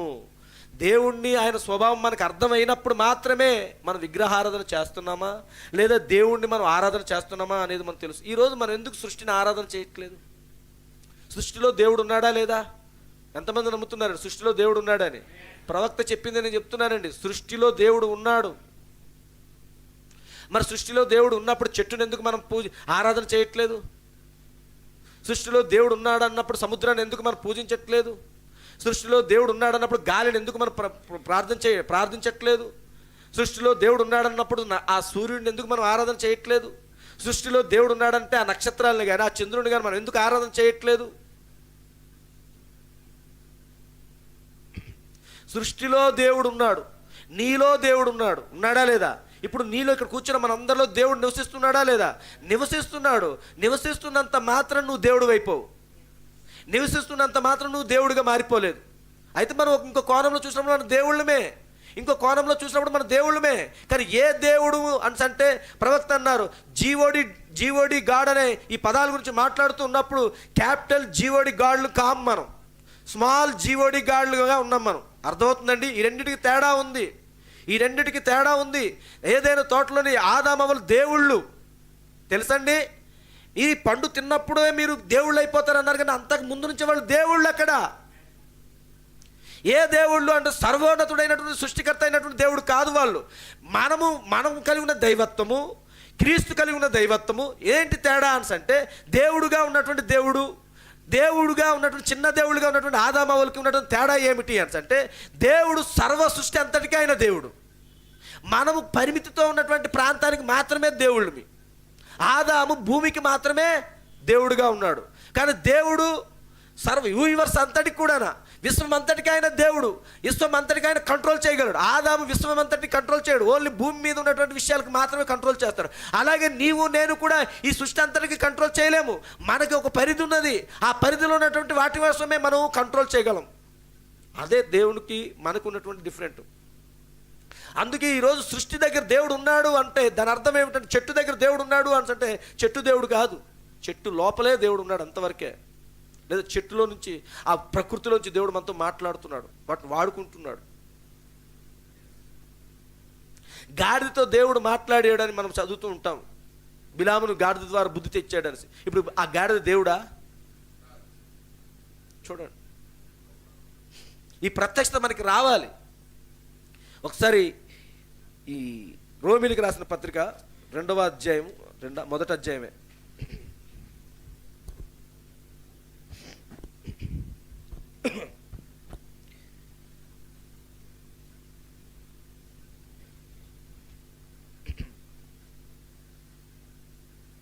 పద్దెనిమిదో వచనం నుంచి చదువుదాం. 18 నుంచి 25వ వచనం వరకు మనం చదవాలి. ఒకసారి ఇదన్నీ కూడా చాలా స్లోగా అందరూ అర్థమైనట్టుగా, అందరు కూడా దాని గ్రహింపు తీసుకోండి. ప్రతి ఒక్కరి లేఖనాలు చూడండి. ఇది నేను ఎందుకు చెప్తున్నాను అంటే, సృష్టిలో దేవుడు ఉన్నాడు అన్నాను కదా, దాని గురించి మాట్లాడుతున్నాను. కానీ సృష్టిలో దేవుడు ఉన్నప్పుడు మనం ఎందుకు ఈ చెట్లను కానీ, ఈ పుట్టలను కానీ, సముద్రాలు కానీ, నక్షత్రాలు వీటన్నిటిని మనం ఎందుకు ఆరాధన చేయము అని అంటే, ఇదిగో ఇక్కడ ఇదే కనబడుతుంది చూడండి. దుర్నీతి చేత సత్యమును అడ్డగించు మనుషుల యొక్క సమస్త భక్తిహీనత మీదను దుర్నీతి మీదను దేవుని కోపము పరలోకము నుండి బయలుపరచబడుచున్నది. ఎందుకనగా దేవుని గూర్చి తెలియ సఖ్యమైనది ఏదో అది వారి మధ్య విశదమై ఉన్నది. దేవుడు అది వారికి విశదపరచను. ఆయన అదృశ్య లక్షణములు అనగా ఆయన నిత్య శక్తియు దేవత్వమును జగదుత్పత్తి మొదలుకొని సృష్టింపబడిన వస్తువులను ఆలోచించడం వలన తేటపరచబడుచున్నవి గనుక వారు నిరుత్తులై ఉన్నారు. ఇక్కడ విషయం గమనించండి, ఏమిటి అంటే, దేవుడు సృష్టించినటువంటి సృష్టి అంతట్లో నుంచి నువ్వు ఏమి చూడాలి అంటే, దేవుడు ఎలాంటి సృష్టికర్త, ఆయన శక్తి ఎంత గొప్పది, ఇవన్నీ కూడా ఆ సృష్టించినటువంటి ఆ సృష్టముల నుంచే నువ్వు చూడాలి. సముద్రాన్ని చూసినప్పుడు, ఆ అలలు తాకిడి అన్ని చూస్తున్నప్పుడు, ఆ సముద్రపు ఆ ఘోష అన్ని వింటున్నప్పుడు దేవుడు ఈ సముద్రాన్ని ఎలా కంట్రోల్ చేస్తున్నాడు, ఈ అలల్ని ఎలా కంట్రోల్ చేస్తున్నాడు, ఈ నక్షత్రాలను ఎలా కంట్రోల్ చేస్తున్నాడు, ఈ గ్రహాలను ఎలా కంట్రోల్ చేస్తున్నాడు, ఇవన్నిటిని నువ్వు ఆలోచిస్తుంటావు. ఒక్కొక్కసారి మనం ఆలోచిస్తున్నప్పుడు అంతు పట్టణ ప్రశ్నలుగా ఉండిపోతుంటాయి. వీటన్నిటి గురించి ఆలోచిస్తున్నప్పుడు దేవుని యొక్క శక్తి, దేవుని యొక్క ప్రణాళిక ఎంత గొప్పది అనేది నువ్వు గ్రహించాలి. అలా గ్రహించకుండా ఆ సూర్యుడు వల్ల ఈరోజు సృష్టి అంతా కూడా వెలుగొస్తుంది, ఆ సూర్యుడే దేవుడు అంటే కాదు. ఆ సూర్యుడు ఈరోజు చూస్తున్న సూర్యుడు మళ్ళా రేపు వస్తున్నాడు. ఇదంతా ఎలా జరుగుతుంది, ఏ కారణం బట్టి జరుగుతుంది, దీన్ని ఈ విధంగా పెట్టింది ఎవరు అని ఆలోచించినప్పుడు నీకు అర్థమవుతుంది దేవుని యొక్క పని, ఆ దేవుని యొక్క క్రమం ఏమై ఉన్నదో నీకు తెలుస్తుంది. అందుకు ఇక్కడ ఆయన ఏమంటున్నాడు అంటే, ఎందుకనగా దేవుని గూర్చి తెలియశక్యమైనదేదో అది వారి మధ్య విశదమై ఉన్నది, అంటే ఆల్రెడీ తెలియపరచబడి ఉన్నది. దేవుడు అది వారికి విశదపరచను. ఆయన అదృశ్య లక్షణములు అనగా ఆయన నిత్యశక్తియు దేవత్వమును జగదుత్పత్తి మొదలుకొని సృష్టింపబడిన వస్తువులను ఆలోచించుట వలన ఇవన్నీ కూడా తెలియజేయడం జరుగుతుంది. ఆలోచించుట వలన తేటపడుచున్నవి గనుక వారు నిరుత్తురులై ఉన్నారు. మరియు వారు దేవుని నెరిగియు, వారంట దేవుణ్ణి నెరిగియు ఆయనను దేవునిగా మహిమపరచలేదు. దేవుణ్ణి ఎరిగి సూర్యుని మహిమపరుస్తున్నాము, దేవుణ్ణి ఎరిగి చంద్రుని మహిమపరుస్తున్నాము, దేవుణ్ణి ఎరిగి ఈ పంచభూతాలుగా పిలువబడుతున్న వాటిని మనం మహిమపరుస్తున్నాం తప్ప దేవుణ్ణి పక్కన పెట్టిస్తాం. ఈ పంచభూతాల్ని, ఈ సూర్య చంద్ర నక్షత్రాల్ని, ఈ గోళములను, ఈ సమస్త సృష్టిని సృష్టించిన ఆయన్ని పక్కన పెట్టేసి ఏం చేస్తున్నామంట, దేవుణ్ణి ఎరిగియు ఆయనను దేవునిగా మహిమపరచలేదు, కృతజ్ఞతాస్తుతులు చెల్లింపను లేదు గాని తమ వాదముల యందు వ్యర్థులైరి. వాదాలు, డిబేట్స్, వారి అవివేక హృదయము అంధకారమాయేను. అవివేకమే అది. చూడండి, ఇవన్నీ సృష్టములు, ఇవన్నీ కూడా ఈ ప్రకృతిలోని ఈ అన్నీ కూడా దేవుడు సృష్టించిన వాటికే మనం ఇంత ఎలాంటి వాల్యూ ఇవ్వచ్చు, విలువ ఇవ్వాలి, అన్నిటిని మనం విలువ ఇవ్వాలి. వాటి గురించి చూసినప్పుడు వాటికి మనం విలువ ఇవ్వాలి. కానీ ఎలాంటి విలువ ఇవ్వాలి అని అంటే దేవుడిని పక్కన పెట్టేసి వీటి కోసం మనం విలువ ఇవ్వడం కాదండి. దేవుడు ఈ కార్యాలు చేశాడు, అందును బట్టి దాన్ని మనం గుర్తించాలి. ఆ బ్యాలెన్స్ చేయడం ఈరోజు మనం తెలియట్లేదు. వారి అవివేక హృదయ అంధకారమాయను, తాము జ్ఞానులమని చెప్పుకొనొచ్చు బుద్ధిహీనులైరి. ఏమంటున్నామంటే ఈరోజు చాలామంది ఏమనుకుంటారంటే, మేము ఎంత గొప్పవాళ్ళమి అని అంటే పశువులు మనం ఎంత హింసించాం, మా సాంప్రదాయం అది. పందిని చంపేసినా పర్వాలేదు, సరే, ఆవే దేవుడు, పంది దేవుడు కాదు అంటే ఇక్కడ క్లియర్గా బైబిల్ లేఖనం సెలవిస్తుంది. వారి అవివేక హృదయము అంధకారమాయను, తాము జ్ఞానులమని చెప్పుకొనుచు బుద్ధిహీనులైరి. ఆ విషయంలో గొప్పే, మంచిదే. చీమలు కాలు కింద కనబడినప్పుడు కూడా పక్క నుంచి దాటుకుంటూ వెళ్ళిపోవచ్చు నువ్వు, మంచిదే.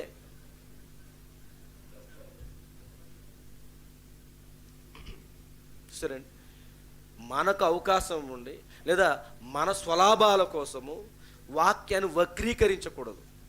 ఒక వ్యక్తి చెప్తున్నాడు, నేను వింటుంటాను, అప్పుడు నాకు అసలు ఇలాంటి వాళ్ళ వల్ల ఈరోజు క్రైస్తవ్యం నిజమైనటువంటి వాక్యం బయటికి రాకుండా పోతుంది. ఆ కింద కామెంట్స్ చదువుతుంటే ఎలా ఉంటాయంటే, ఇతను నిజమైన సేవకుడు, నేను ఒక హైందవుడిని అయినా కానీ ఇతనే నిజమైన సేవకుడు అని చెప్తాను. ఎందుకంటే అతనికి అందరూ కావాలి.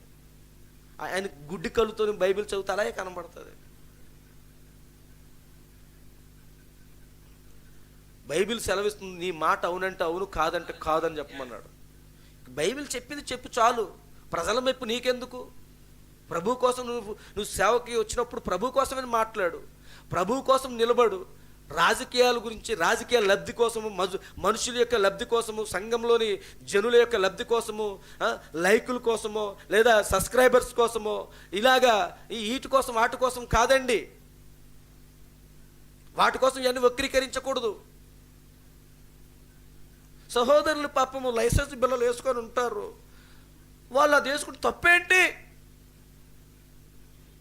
మనం కూడా హిందూ సహోదరులు మనం ఎప్పుడు కూడాను వాళ్ళ సాంప్రదాయాన్ని ఫాలో అవని. నువ్వు ఫాలో అవుతున్నందుకు మేము ఇక్కడ ఖండిస్తున్నాం,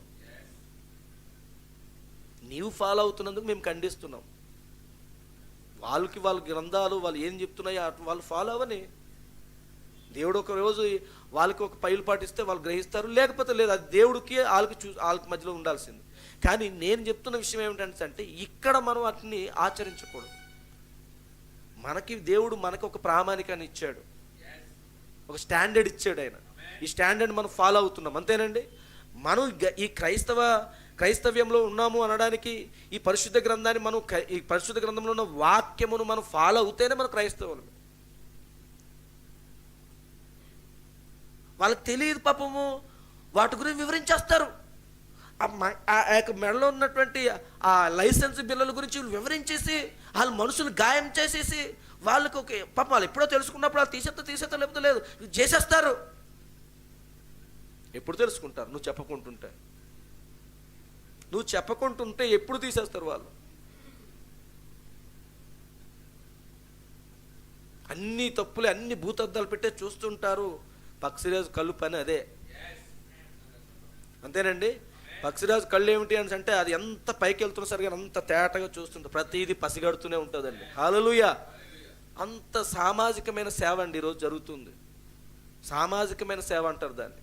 ఎవరిని నొప్పించకూడదు, తాను నొప్పించబడకూడదు, ఎవరిని నొప్పించబడకూడదు. అలాంటి సేవల్లో ఇప్పుడు చాలామంది వెళ్తున్నారు. చూసారా? ఈ లేఖనం ఏ రోజు వారికి కనబడట్లేదేమో.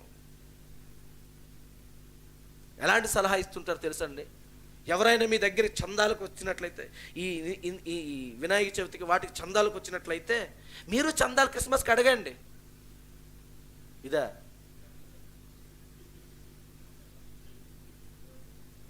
చూడండి, మీరు అడగండి.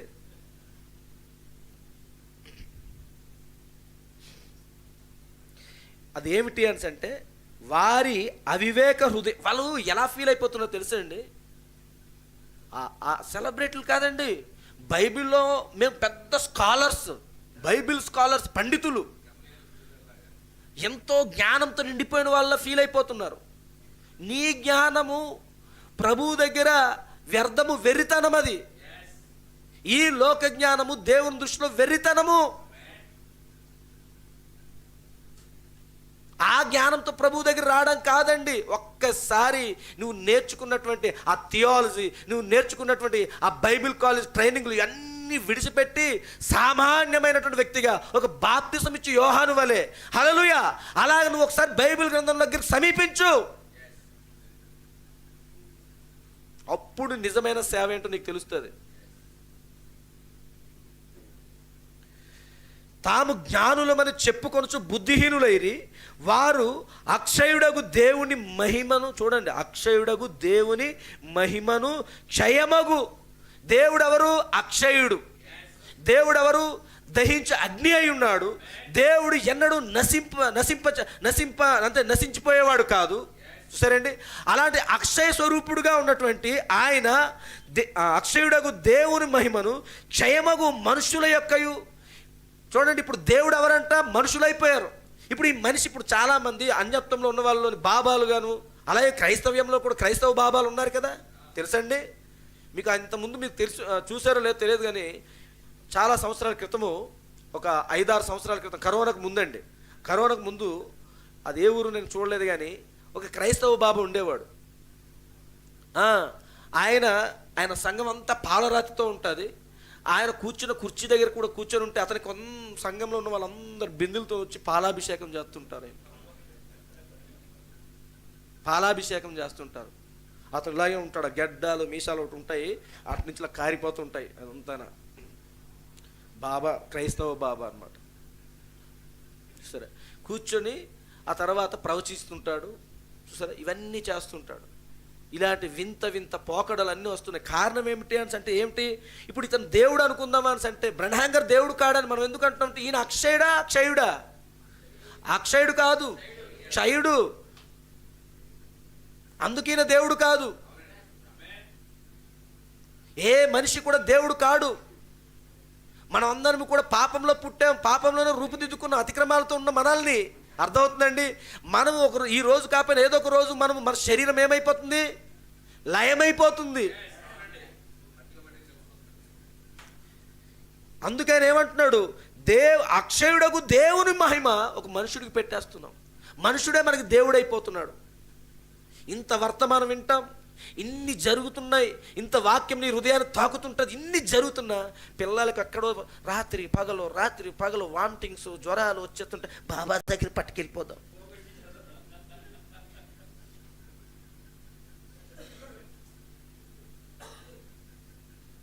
ఈరోజు అలాంటి నిర్ణయం నీ ఆలోచనకి ఎప్పుడైతే వస్తుందో ఆ దెయ్యాలన్నీ ప్రవక్త అంటుంటారు కదా, ఒక్క దెయ్యం వెళ్ళిపోయి 7 దెయ్యాలు వచ్చాయి కదా, అలాగే నీ మొదటి స్థితి కనుక కనపడితే ఇంకా దిగజారిపోతుంది.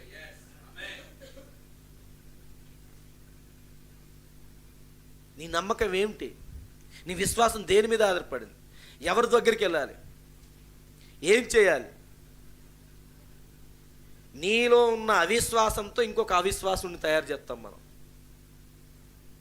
నీలో ఉన్న విశ్వాసంతో ఇంకొక విశ్వాసం తయారు చేస్తాను. వారు అక్షయుడగు దేవుని మహిమను, ఈరోజు కూడా వర్తమానంలోకి మనం వెళ్ళలేమో, ఇలాగే ఉంది. వారు అక్షయుడగు దేవుని మహిమను క్షయమగు మనుషుల యొక్కయు, ఇప్పుడు క్షయమైపోతున్నటువంటి మనుషులకి ఆపాదిస్తున్నాం దేవుని మహిమను. ఇంకంట పక్షులే దేవుళ్ళు. ఇప్పుడు పక్షి కూడా దేవుడే. ఇప్పుడు పొరపాటున ఏదో ఒక పక్షి ఆ పండగ అవుతున్నప్పుడు లేకపోతే ఏదో సందర్భం వచ్చినప్పుడు అదే పందిరి దగ్గర అలా 2-3 రౌండ్లు వేస్తూ ఉంటే దేవుడే.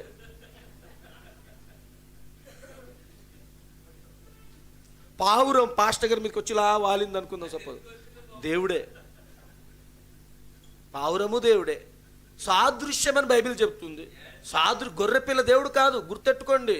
సాదృశ్యము. గొర్రెపిల్లే ఈరోజు మనకు దేవుడు అయితే ఈరోజు గొర్రెపిల్ల తెచ్చుకొని ఇక్కడ కూర్చోబెడతాం కదా మనం. వధించబడిన గొర్రెపిల్ల అంటే మనం రోజు వధించలేకపోయినా సరే అట్లీస్ట్ దానికి కొంచెం పెయింట్లాడదైనా, రెడ్ కలర్ పెయింట్లాడదైనా ఏం చేసి ఇక్కడ కూర్చోబెడతాం కదా. గొర్రెపిల్లే మనకు దేవుడు, పావురమే మనకు దేవుడు. అయితే సాదృశ్యాలు, అవి సాదృశ్యంగా ఉన్నాయి. సరే, ఇవన్నీ ఈ ప్రత్యక్షత మనకి రావాలి. పక్షులు దేవుళ్ళు కాదు. చూడండి, అక్షయుడకు దేవుని మహిమను పక్షులకు ఆపాదిస్తున్నాం. పక్షులు దేవుడు అన్నట్టు. దేవుడు అనేవాడు అక్షయుడు. అక్షయుడిగా ఉన్నవాడు, ఎవరు సమీపింపరాని తేజస్సులో ఉన్నవాడే దేవుడు. అలాంటి ఆయన్ని తీసుకొచ్చి మనం మనుషుడి దగ్గరికి ఆపాదించడం, ఈయన నాకు దేవుడు. కొంతమంది పాస్టర్లకేదా దేవుళ్ళు అయిపోతున్నారు. పాస్టర్ అమ్మలే దేవుళ్ళు వాళ్ళకి. ఆ పాస్టర్ 2 భార్యలు ఉన్న దేవుడే. ఆ పాస్టర్ గారు అక్రమ సంబంధం కలిగి ఉన్న దేవుడే. ఆ సంఘంలో వెళ్ళినటువంటి ఆ స్త్రీలు కానీ, ఆ సంఘంలో వెళ్తున్నటువంటి పురుషులు కానీ, మా పాస్టర్ గారే మాకు దేవుడు. వీళ్ళకి 2 పిల్లలు కావాలి కాబట్టి మా పాస్టర్ గారే మాకు దేవుడు, మా పాస్టర్ అమ్మ గారే మాకు దేవత. ఈవిడికి కూడా 2 భర్తలు కావాలి కాబట్టి. సరే,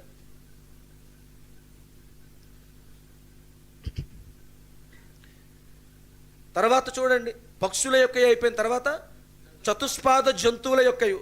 చతుష్పాద జంతువులు, 4 పాదాలు ఉన్నటువంటి జంతువులు అంట. 4 పాదాలు ఉన్న జంతువులు కూడా ఇప్పుడు వీళ్ళకి దేవుళ్ళే. అక్షయుడకు దేవుని మహిమ ఇప్పుడు ఎవరికి వచ్చింది? అందుకే దేవుడు ఏం చేశాడు? ఆ ఇత్తడి దూడేనండి, ఆ ఇత్తడి దూడని, బంగారు దూడ, క్షమించండి, బంగారంతో తయారు చేసినటువంటి దూడని ఆయన ఎందుకు చూసి సహించుకోలేకపోయాడు? నా మహిమను దానికి ఇస్తున్నారేంటి మీరు? తీసుకొచ్చింది నేను, తెగులు రప్పించింది నేను, ఎర్ర సముద్రాన్ని పాయలు చేసింది నేను, ఫరో సైన్యాన్ని నీటిలో ముంచింది నేను. నా మహిమన ఆ బంగారు దూడకివ్వడం ఏంటి అని అడుగుతున్నాడు ఆయన. మీ కళ్ళు పేలిపోతున్నాయా? కళ్ళారా చూశారు కదా దేవుడి మహిమ, దేవుడి శక్తి ఎంతదో. ఇన్ని చూసినా కానీ ఇంకనూ మనకి పాస్టర్ గారే దేవుడు. ఆ పాస్టర్లు పిచ్చిపోలేదు ఇంకా చాలామందికి. పాస్టర్ గారు సూట్ కేసులు పట్టుకోవడం, పాస్టర్ గారు బ్యాగులు పట్టుకోవడము, పాస్టర్ గారు దిగుతూ ఎక్కుతుంటే డోర్లు తీయడాలు, పాస్టర్ గారు వెళ్తే బాడీ గార్డ్లో వెనకాల 4-5 నడుస్తుండాలి, ఈయనకి సెక్యూరిటీ. ఎప్పుడైనా ఎవరైనా పాస్టర్ గారి మీద అతను ఏదో తప్పు చెప్పాడో లేకపోతే ఏదో విషయం గురించి ఎవరైనా ఏదో మాట్లాడితే వాళ్ళకి ఆ పాస్టర్ గారి కంటే వీళ్ళే ముందు రియాక్ట్ అయిపోతుంటారు. పాస్టర్ గారికి ఒక మాట అంటే ఊరుకోమండి.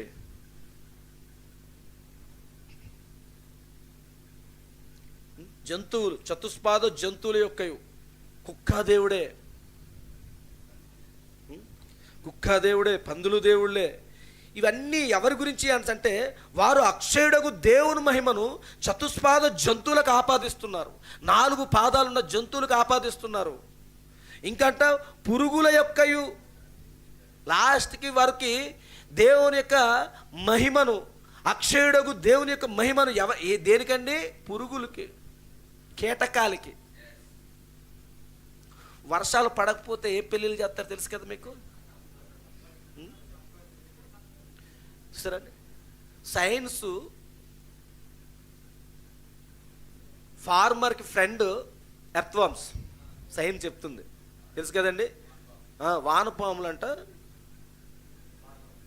రైతులకి నేస్తారు, స్నేహితులు అంట అని సైన్స్ డిక్లేర్ చేస్తే మనోళ్ళు ఏం చేస్తారు అంటే సైన్స్ని పక్కన పెట్టేసి వాటికి కూడా పూజలు చేయడం మొదలు పెడతారు, ఆ సైన్స్ చెప్పిన దానికి. ఇలాగ మనం ఏది తీసుకున్న కొద్ది రోజులు పోతే బొద్దింక పార్టీ వచ్చింది కదా, సిజేపీ వచ్చింది కదా, అది పార్టీ పరంగా ఉండదు, రేపు పొద్దున అది కూడా దేవుడు అయిపోద్ది. సరే, ఇవన్నీ అవే పురుగుల యొక్కయు ప్రతిమా స్వరూపంగా మార్చిరి. దేవుడి యొక్క మహిమను తీసుకొచ్చి వీటికి పెట్టేసి ఇదే మాకు దేవుడు, ఈ కప్పే మాకు దేవుడు, ఈ పామే మాకు దేవుడు, ఈ పందే మాకు దేవుడు, ఈ ఆవే మాకు దేవుడు, ఈ మనుషుడే మాకు, ఈ బాబే మాకు దేవుడు, ఈ పాస్టర్ అయ్య గారే మాకు దేవుడు, ఈ బిషప్ అయ్య గారే మాకు దేవుడు, ఈ పాస్టర్మ్మ గారే మాకు దేవత. ఇంత క్లియర్గా తెలియజేస్తూ ఉంటే మరియమ్మ నీకు ఎలా దేవత అయిపోయింది? ఆయన ఏం చెప్తున్నాడు? మనుషుల యొక్కయు, క్షయమగు మనుషుల యొక్కయు, మనుషుల దగ్గరికి వెళ్ళిపోయింది దేవుని మహిమ. మరియమ్మ నీకు ఆమె మనిషే కాదా? ఆమె ఏమి దేవత కాదు, ఆమె కూడా మనలాంటి మనిషే, ఆమె కూడా మనలాగానే పాపంలోనే పుట్టింది. సరేండి, మరియ కూడా పాపంలోనే పుట్టింది. మనం ఎలాగే ఆపాదించేస్తాం? మన యొక్క బ్యాక్గ్రౌండ్ ఏమిటిది? అన్యత్వము. అన్యత్వం నుంచి వచ్చినప్పుడు మాత్రం చాలామంది క్రైస్తవుల్లోని, అన్యత్వం నుంచి వచ్చిన క్రైస్తవుల్లోని వాళ్ళకి ఇంకనూ ఆ స్పిరిట్స్ ఉండిపోయిన తర్వాత దేవతమ్మా యేసు ప్రభువాన్ని కన్నది, సామాన్య వ్యక్తిని కనలేదు కాబట్టి ఈమె కూడా దేవతే. నేను మొన్ననే మా పిల్లలకి గుణదల మేరీ మాత హిస్టరీ గురించి చెప్పాల్సి వచ్చింది. కొన్ని పండుగల గురించి మరి చెప్పాలి కదా పిల్లలకి. వాళ్ళకి చెప్పినప్పుడు ఆ గుణదల మేరీ మాత గురించి పండుగ వచ్చినప్పుడు ఆ పండుగ యొక్క హిస్టరీని చూస్తే ఎంత సిగ్గేసింది ఆ పాటను చెప్పడం నాకే. చూసారండి, విజయవాడలోని ఆ గుణదల అనే ప్రాంతంలో నా కొండ దగ్గర ఉన్నటువంటి ఆ మేరీమాత గుడి గురించి ఆ హిస్టరీ అంతా కూడా ఏమిటి అంటే అసలు యాక్చువల్గా ఇక్కడ లేదు అది, అదంట ఇటలీ ప్రాంతంలోని ఎక్కడో సేమ్ ఇక్కడ ఎలాగైతే మేరీమాత గుడి ఉందో, ఎలాగైతే మేరీమాత విగ్రహం ఉందో అలాంటి విగ్రహమే ఆ ఇటలీ ప్రాంతంలో కూడా ఉంటుందంట. అయితే మరి బ్రిటిషర్స్ ఇక్కడ వచ్చి రూలింగ్ చేశారు కాబట్టి అదొక హెడ్ క్వార్టర్గా ఉంచుకున్న టైంలోని అక్కడ ఉన్నట్టు విధానాన్ని తీసుకొచ్చి ఇలా ఇక్కడ కూడా పెట్టారనమాట. ఇక్కడ ఒక న్యాచురల్గా ఉండే ఒక గృహలోనే ఆ బొమ్మ ఉంటుంది. సరే, ఇది అన్నీ కూడా ఎందుకు జరిగింది అంటే అక్కడ జరిగిన స్టోరీ ఏమిటి అంటే అక్కడంట ఒక చిన్న పాప అంట పొయ్యిలో కర్రపుల్లల కోసం అడవిలోకి వెళ్ళిందంట. అడవిలోకి వెళ్ళినప్పుడు ఆ పుల్లలు ఏరుతూ ఉంటే సడన్లీగా మేరీమాత ఆ అమ్మాయికి కనిపించిందంట. మేరీమాత కనిపించినప్పుడు ఆ విషయం వచ్చి ఆ తల్లిదండ్రులకు చెప్తే, అంటే అక్కడ చెప్పినప్పుడు అక్కడ రాయబడిందంట ఆమె అది కలకాసిందో నిజంగా కనిపించిందో తెలియదు కానీ ఆ విషయం ఆ పిల్ల కూడా అలాగే చెప్పింది. అమ్మ అది నాకు కలో తెలియట్లేదు, అది నిజమో నాకు తెలియట్లేదు, మేరీమాత కనిపించిందమ్మా అంటే అప్పటి నుంచి ఆ ప్రాంతంలో మేరీమాత గుడి కట్టేసి అన్నీ చేశారట ఇటలీలోని. అదే వాతావరణం తీసుకుని ఇక్కడ గుణదల దగ్గర కూడా అదే పెట్టారు. ఇప్పుడు దాన్ని మనం ఏం చెప్తాం? కళ నిజం. ఒక చిన్న పసిపాప లాంటి ఒక 5-6 సంవత్సరాలు లేదా ఒక 12 సంవత్సరాల పాప అండి ఎక్కడికో వెళ్ళిందండి. ఇలా వెళ్ళిన వెంటనే ఆ పాపకు భయంతోనో ఏదో ఒక అబద్ధమే చెప్పి ఉండొచ్చు. ఆ అబద్ధం ఇప్పుడు మనం పూజ చేసేస్తాం. అబద్ధానికి ఆరతులు అందుకుంటుంది అమ్మగారు, ఒక అబద్ధానికి. పసిపాప చెప్పిన దానికి మనం ఏమనుకుంటాం, పసిపిల్లలు దేవుడితో సమానము. ఇదొకటి మనకు ఉంటుంది. ఈ పసిపిల్లలు అబద్ధాలు ఆడట్లేదా? నేను నిన్న అడిగాను, హ్యాండ్ రైటింగ్ వేరేగా ఉంది, హోంవర్క్ ఇచ్చాను. మొన్న అడిగాను, హ్యాండ్ రైటింగ్ వేరే కనబడుతుంది. చూశాను, గమనించి ముందు పేపర్లు చూస్తే ఇంకో రైటింగ్, ఇక్కడ చూస్తే ఇంకో రైటింగ్. చూసి అడిగాను, అరే ఎవరు రాశారా అంటే నేనే రాశాను సార్ అన్నాడు. ఇది ఎవరు రాశారు అంటే నేనే రాశాను సార్. మరి ఇది ఒకలా ఉందంటే లేదు సార్ వేరుగా ఉంది. మరి వేరుగా ఎలాగ వచ్చేస్తుందో నువ్వే రాసేస్తుంటే ఇలా ఉన్నాడు, మా అమ్మగారు రాశారు సార్ అన్నాడు. మన ఆ పిల్లడు అబద్ధం ఆడలేదా? ఈరోజు పిల్లలు అబద్ధాలు ఆడరు. ఇంకా ఈ పిల్లలకి మనం దేవుళ్ళు అనుకుని మనమే గుడ్డోళం అయిపోతాం. అప్పుడు అది ఇప్పుడు కాదు, ఎప్పుడు కూడా అలాగే ఉంది. అది ప్రభు చెప్పాడు, చిన్నపిల్లలదే దేవుని రాజ్యం అని చెప్పాడు. చిన్న పిల్లలదే అనలేదు, చిన్న పిల్లల మనసు కలిగిన వాళ్ళది. అమాయకత్వం. సరేండి. అయితే ప్రేమ అది బ్యాక్గ్రౌండ్. ఆ కళలాంటి దృశ్యమే ఈరోజు అక్కడ ఒక పెద్ద స్టాచ్యూ అయిపోయింది, ఒక పండగ అయిపోతుంది. చూసారా? ఈ పండగకి క్రౌడ్ పెరిగిపోవడము జరగడంతో అక్కడైతే ఒకరోజే పండగ అయితే ఇక్కడ 3 రోజులు పండుగలు జరుగుతాయి. ఇది అలాగే ఉంది. మొన్నటికి మొన్నే మరి విజయనగరంలో ఫేమస్ పండుగ తెలుసు కదా మీకు, సిరిమానోత్సవం. దాని స్టోరీ కూడా చెప్పాల్సి వచ్చింది. టీచర్గా నేను మరి అక్కడ చెప్పాలి కాబట్టి ఇవన్నీ వాళ్ళకి తెలియజేస్తుంటాను కాబట్టి ఉన్నది ఉన్నట్టుగా చెప్పాలి కదా. అందుకోసం నా పాత్ర అక్కడ టీచర్, అది కూడా సేమ్ చాలా భయంకరం అనిపించింది. మనుషులు ఎంత అజ్ఞానంగా వెళ్ళిపోతున్నారు అన్నది ఆలోచించట్లేదు. అయితే వాళ్ళ యొక్క గ్రంథాలు అలా తెలియజేస్తున్నాయో లేకపోతే వాళ్ళు అలా ఫాలో అవుతున్నారో మనకు తెలియదు, కానీ అది కూడా చదువుతుంటే నాకు అదే అనిపించింది. ఇక్కడ గుణదల దగ్గర మేరీ మాతది ఎలా అనిపించిందో సేమ్ అది కూడా అంతే. అక్కడ కూడా అంతే. ఆ దేవతగా పిలువబడుతున్న ఆమె విజయనగర రాజు యొక్క, అతని పేరు విజయరామరాజు, అతని సహోదరి చెల్లెలు విజయరామరాజు యుద్ధానికి వెళ్ళాడు గజపతి నగరం రాజులతోని. తాండ్రపాపారాయుడు ఎవరు అంటారు కదా వాళ్ళు, ఆ బొబ్బిలి రాజులు, వీళ్ళకి వాళ్ళకి పడదు కదా. యుద్ధానికి వెళ్తున్నప్పుడు చెప్పింది చెల్లి, యుద్ధానికి వెళ్ళొద్దు. ఇవన్నీ ఎందుకు చెప్తున్నానంటే ఇదిగోండి దీనికోసమే. తెలుసుకోవాలి, మనము తెలుసుకోవాలి, ఖచ్చితంగా తెలుసుకోవాలి.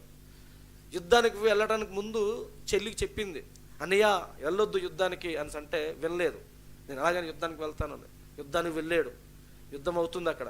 ఎందుకో చెల్లి హృదయం శంకించి నేను కూడా యుద్ధం దగ్గరికి వెళ్తాను, అన్నయ్యను చూస్తానని చెప్పేసి బయలుదేరి చివరికి వెళ్ళి అక్కడ ఏం జరిగింది అని అంటే ఆ యుద్ధంలోని అన్నయ్య చనిపోవడము, ఆ చనిపోయిన వార్త ఈమె ఇంకా వెళ్ళకముందే మార్గ మధ్యలో ఉంటుండగానే తెలిసినప్పుడు అన్నయ్య మీద ఉన్నటువంటి ఆ ప్రేమను తట్టుకోలేక మా అన్నయ్య లేని జీవితం నాకెందుకు అని చెప్పి ఆమె ఆ పక్కనే ఉన్నటువంటి చెరువులోనికి దూకేసింది. దానికి ఆత్మార్పణ అనే పదం వాడారు. మంచిదే, పోన్లేండి. ఆత్మహత్య వేరు, ఆత్మార్పణ వేరు. అర్థమవుతుంది కదండి? ఆత్మహత్య అంటే మనం ఇష్టం లేకుండా మరణం అంటాం కదా, బలవంతంగా మరణించడాన్నే ఆత్మహత్య అంటాము. ఇష్టపూర్వకంగా చనిపోవడం అనేది ఆత్మార్పణ అనమాట. సో ఆ చెరువులో చనిపోయింది, దూకి చనిపోయింది ఆవిడ. చనిపోయిన కొద్ది రోజులకి ఆమె యొక్క స్నేహితురాళ్లకు కళ వచ్చిందంట. నేను పలానా చెరువులో ఉన్నాను, ఒక విగ్రహంగా ఉన్నాను, ఆ విగ్రహ రూపంలో నేను ఉంటాను, దాన్ని బయటికి తీసి అక్కడ నన్ను గుడి కట్టి మీరు ఆరాధన పూజించండి అని చెప్పిందంట. అలాగే అనుకున్నట్టుగానే ఆ స్నేహితురాలు వెళ్ళి ఆ చెరువు దగ్గరికి వెళ్ళి చూసినప్పుడు అక్కడ ఒక విగ్రహం కనిపించింది. ఆ విగ్రహాన్ని బయటికి తీసి ఆ పక్కన గుడి కట్టించి పూజలు అందించడం ఇవన్నీ చేశారండి. అలాగే డెవలప్ అవుతూ ఇప్పుడు అదేమైపోయింది అని అంటే ఒక సిరిమానోత్సవంగా ఉత్తరాంధ్రకు ఇలువేల్పు అంట, ఉత్తరాంధ్రకు ఇలువేల్పుగా మారిపోయిందంట. ఇవన్నీ అందులో చదివాను, అవన్నీ చెప్తుంటాం అనమాట. ఇక్కడ జరుగుతున్న విషయం ఏంటి అని అంటే రెండు ఒకలాగే అనిపిస్తున్నాయి నాకు. సరే, ఇప్పుడు మా సిస్టర్ గారు చనిపోయారు, మా అమ్మగారు చనిపోయారు, వాళ్ళ మీద ఉన్న ప్రేమ నాకు ఉంది, ఇప్పటికీ ఉంది. అది తట్టుకోలేని పరిస్థితి వచ్చినప్పుడు వాళ్ళు నిరంతరం నేను చూడాలి, నిరంతరం వాళ్ళ గురించి స్మరించాలని ఆలోచన కలిగింది అనుకోండి. మా అమ్మ రాత్రి వచ్చినతో మాట్లాడింది. మేము ఉంటున్న కొండ మీద మా అమ్మకి విగ్రహం కట్టమంటుంది అని అన్నాను అనుకోండి. నిజంగా ఆ ప్రేమ నన్ను అలా మాట్లాడించేలా చేసింది తప్ప దేవుడు మనల్ని చేయడు కదా. ఇదే ఈరోజు ఇటువంటి అంధత్వంలోకి వెళ్ళిపోయి వారు అక్షయుడగు దేవుని మహిమను క్షయమగు మనుషుల యొక్కయు పక్షుల యొక్కయు చతుష్పాద జంతువుల యొక్కయు పురుషుల యొక్కయు ప్రతిమా స్వరూపముగా మార్చిరి. సరేండి, ఇంకా తర్వాత చదవండి 24. ఇవన్నీ ఎందుకు చెప్తున్నానండి? ఈ విషయం ఎందుకు చెప్తున్నాను?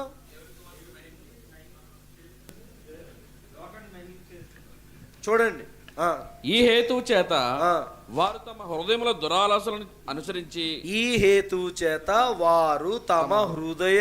దురాలోచనలను అనుసరించి ఆ చిన్న పసిపాపాల అమ్మ చాక్లెట్ బిస్కెట్ ఏదో ఇచ్చేస్తుందని చిన్న ఆశకి అక్కడ చిన్న కొటేషన్ కల్పించేసింది. యేసుప్రభు కనిపించినారన్నా బాగున్నాయి. క్రీస్తు కక్కుర్తి పడిపోయిందేమో, నాకేం తెలియదు. మా అమ్మ ఈరోజు ఏదో మంచి స్వీట్ ఇస్తానని ఇవ్వలేదు, కాకపోతే ఇలా చెప్తే కొద్ది ఇస్తాదేమని చెప్పి ఏం చేసింది చెప్పింది. ఏం జరిగింది? తమ హృదయముల దురాశలను అనుసరించి. ఈ స్నేహితురాలు యొక్క దురాశలు అలాగే ఉంటాయి, కల్పితాలు, కట్టుకథలు. ఇంకా కొన్ని ఉన్నాయండి.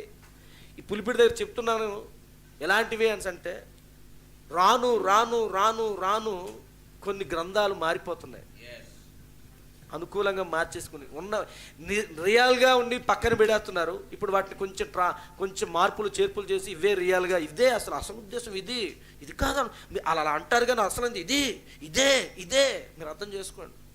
ఆ స్థితికి వచ్చేసాయి.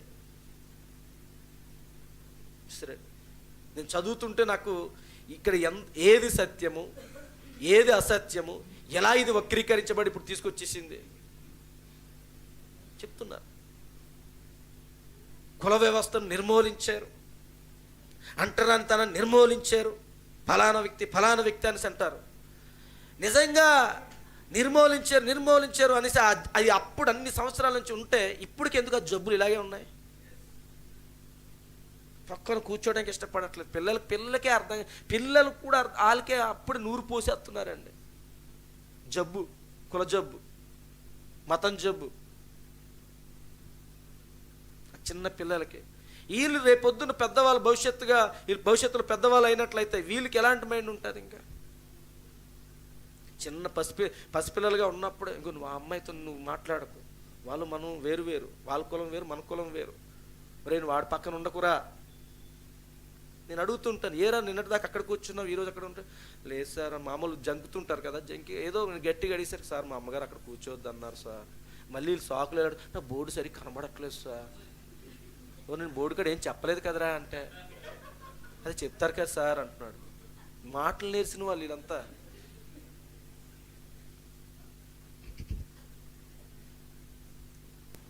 ఫేవరిజం, టీచర్సే అలా మెప్పుతుంటారండి. కొంతమంది టీచర్కి ఇంకా ఆ జబ్బులు ఉన్నాయి. ఇంకా కాదు, నేను చెప్తున్నాను, ఫ్రాంక్గా చెప్తున్నాను ఇక్కడ నిలబడి. ఇప్పుడు మన ఆంధ్రప్రదేశ్లోని ఎన్ని లక్షల మంది, ఎన్ని వేల మంది టీచర్స్ ఉన్నారో తెలియదు, కానీ 90% టీచర్స్ ఇదే నేర్పుతున్నారు పిల్లలకి. ఇదే నేర్పుతున్నారు. బయట 4 గోడల మధ్యలో ఇదే నేర్పుతున్నారు. ఎవరో నూటుకో కూటుకొని 10% ఎవరైతే ఉన్నారో వాళ్ళు మాత్రమే ఆ బుక్లో ఉన్నది ఉన్నట్టుగా నేర్పిస్తున్నారు. మరలా ఇది ఇప్పుడు ఎక్కడికి వెళ్తుందో తెలుసా అండి? ఏ జబ్బుని విడిచిపెట్టి కొంత అవేర్నెస్ వచ్చి ప్రజల్లోనికి వచ్చిందో లేదు, మళ్ళీ అక్కడికి వెనక్కి వెళ్తున్నారు. అదే మరలా అనాగరికత దగ్గరికి వెళ్ళిపోతున్నారు మనుషులు. అదొక రోత, ఆ రోత అలవాటు అయిపోయింది. ఈరోజు మనుషుల మైండ్ సెట్ ఏంటంటే ఏది రూలింగ్ చేస్తుంది అంటే సోషల్ మీడియా మనుషుల యొక్క మైండ్ని రూలింగ్ చేస్తుంది. సరే, నువ్వు వాట్సాప్లు, నువ్వు ఈ ఫేస్బుక్లు, లేకపోతే ఇంకా ఈ యూట్యూబ్లు ఏవో చూస్తే ఎక్కడ చూసినా ఈ మతాలకు సంబంధించి, రాజకీయాలకు సంబంధించి వీటిని చూసి ఇదే అనాలిసిస్ చేసుకుని నా పక్కనున్న నా స్నేహితుడిని కూడా మనం శత్రువులాగా చూడాల్సి వస్తుంది. ఆడు వైసీపీ అంటే మన శత్రువులా చూపుతుంది, వీడు టీడీపీ అంటే శత్రువులా చూడాలి, వీడు క్రైస్తవుడు అంటే శత్రువులు, వీడు హిందూ అంటే శత్రువులా చూడాల్సి వస్తుంది. ఏంటంటే social media effect. Social media ఇదిగో ఆ కులమోడికి ఇలా అన్నాడు, ఆ మతస్థుడికి అలా అన్నాడు, ఆ పాస్టర్ మీదకి ఇలా దాడి చేశారు, ఆ గుళ్ళు ఇలా పడగొట్టేశారు, అలా ఎవరో కాదు క్రైస్తవులు అనగానే మనకి ఇక్కడ రక్తం మరిగిపోతుంటుంది. ఇలా అంత మరిగిపోయిన రక్తం ఉంటే ఎవరికి డొనేషన్ చేసినా బాగుంటుంది.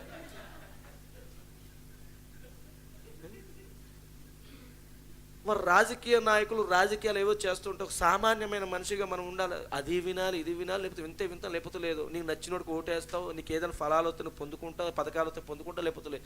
దానికి చూసి నువ్వు ఎనాలిసిస్ చేసేసి వాటి కోసం పట్టాలు డిగ్రీలు సంపాదించి ఏదో పెద్ద చేసేసి పండిపోయి బుర్రలు ఎట్టుకొని ఇవన్నీ చేసుకొని మన ఆరోగ్యాలు పాడు చేసుకొని వాటి గురించి మన కుటుంబాల కోసం కూడా ఆలోచించరండి వీళ్ళు. కుటుంబాల కోసము, ఇంటి కోసము, ఇంటి అద్దె కట్టాలి, రేషన్ అయిపోయింది, వీటి కోసం ఆలోచించరు. జగన్ వస్తే బాగుండండి, ఈ కూటమి ప్రభుత్వం కూలిపోతుందండి. వీటి గురించి తెగ తెగ తెగ రాత్రి పగలు అయిపోయి పిచ్చి అయిపోయి ఇంటికి వస్తుంటాడు కదా. అలా ఆవిడ అడుగుతుంటుంది, బాబు ఎక్కడికి వెళ్ళావు నాయన కానీ అలాగో రచ్చబండ దగ్గర కూర్చొని మాట్లాడుకుని వచ్చాను, ఇంకా ఆ రచ్చబండ దగ్గర ఉండు, ఒక గిన్నె కూడా పట్టుకుని అక్కడే ఉండు అంటుంది అలా ఆవిడ. ఆ గిన్నె పట్టుకుని అక్కడే ఉండు నాయన, 4 అలాగైనా కొంచెం సంపాదన వస్తుంది మనకి అని అంటుంది ఆవిడ. చూసారండి, ఇది ఒక జాడ్యము, ఇది ఒక జబ్బు. ఏంటిది అని అంటే అసలైనది నిన్ను విననివ్వకుండా, అసలైనది నువ్వు పాటించకుండా నేనేం చేస్తుందంటే ఇవన్నీ డామినేషన్ చేసుకుంటూ వెళ్ళిపోతున్నాయి. నేనేం మతానికో లేదా ఏ రాజకీయ పార్టీలకో ఫేవర్గా ఉండాలని నేను చెప్పట్లేదండి. వాటన్నిటికీ మనం అతీతంగా జీవించగలిగిన జీవులు. మన రాజ్యం వేరు. ఉదయకాలం మనం చెప్పుకున్నాం కదా, మన రాజ్యం వేరు, మన ప్రభుత్వం వేరు. హల్లెలూయా. మన ప్రభుత్వం వైసీపీ కానీ, మన ప్రభుత్వం టీడీపీ కానీ, మన ప్రభుత్వం జనసేన కానీ, మన ప్రభుత్వాలు ఈ భూమి మీద ఉన్నటువంటి ఏ పార్టీల ప్రభుత్వం కాదు కానీ మన ప్రభుత్వం ప్రభు అయిన యేసుక్రీస్తు అండి. హల్లెలూయా. ఆయన రాజ్యమే మన రాజ్యమై ఉన్నదండి. ఆ రాజ్యం ఇప్పుడు ఎక్కడున్నది అంటే మనలోనే ఉంది.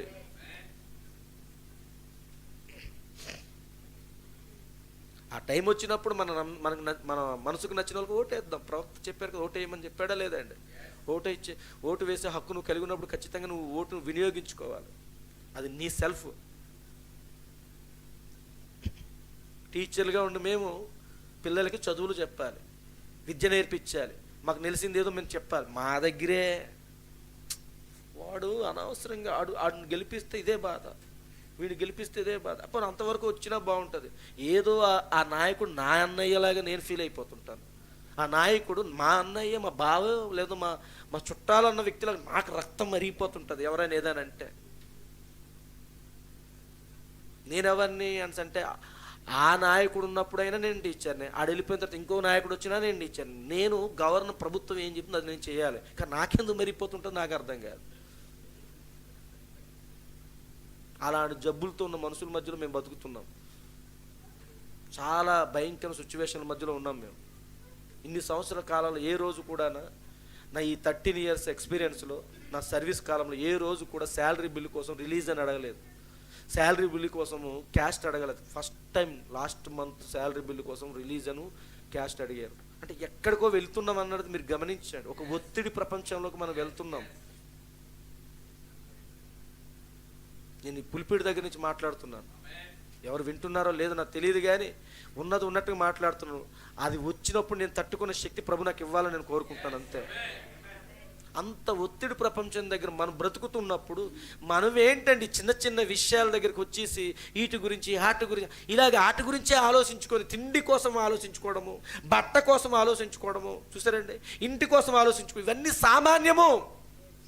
ఇది చాలా సామాన్యమేనండి. ఇదన్నీ వీటి గురించి ఆలోచించుకుంటూ మనం వెళ్ళినప్పుడు అసలైనది మనం పక్కన పెట్టేసామని అర్థం.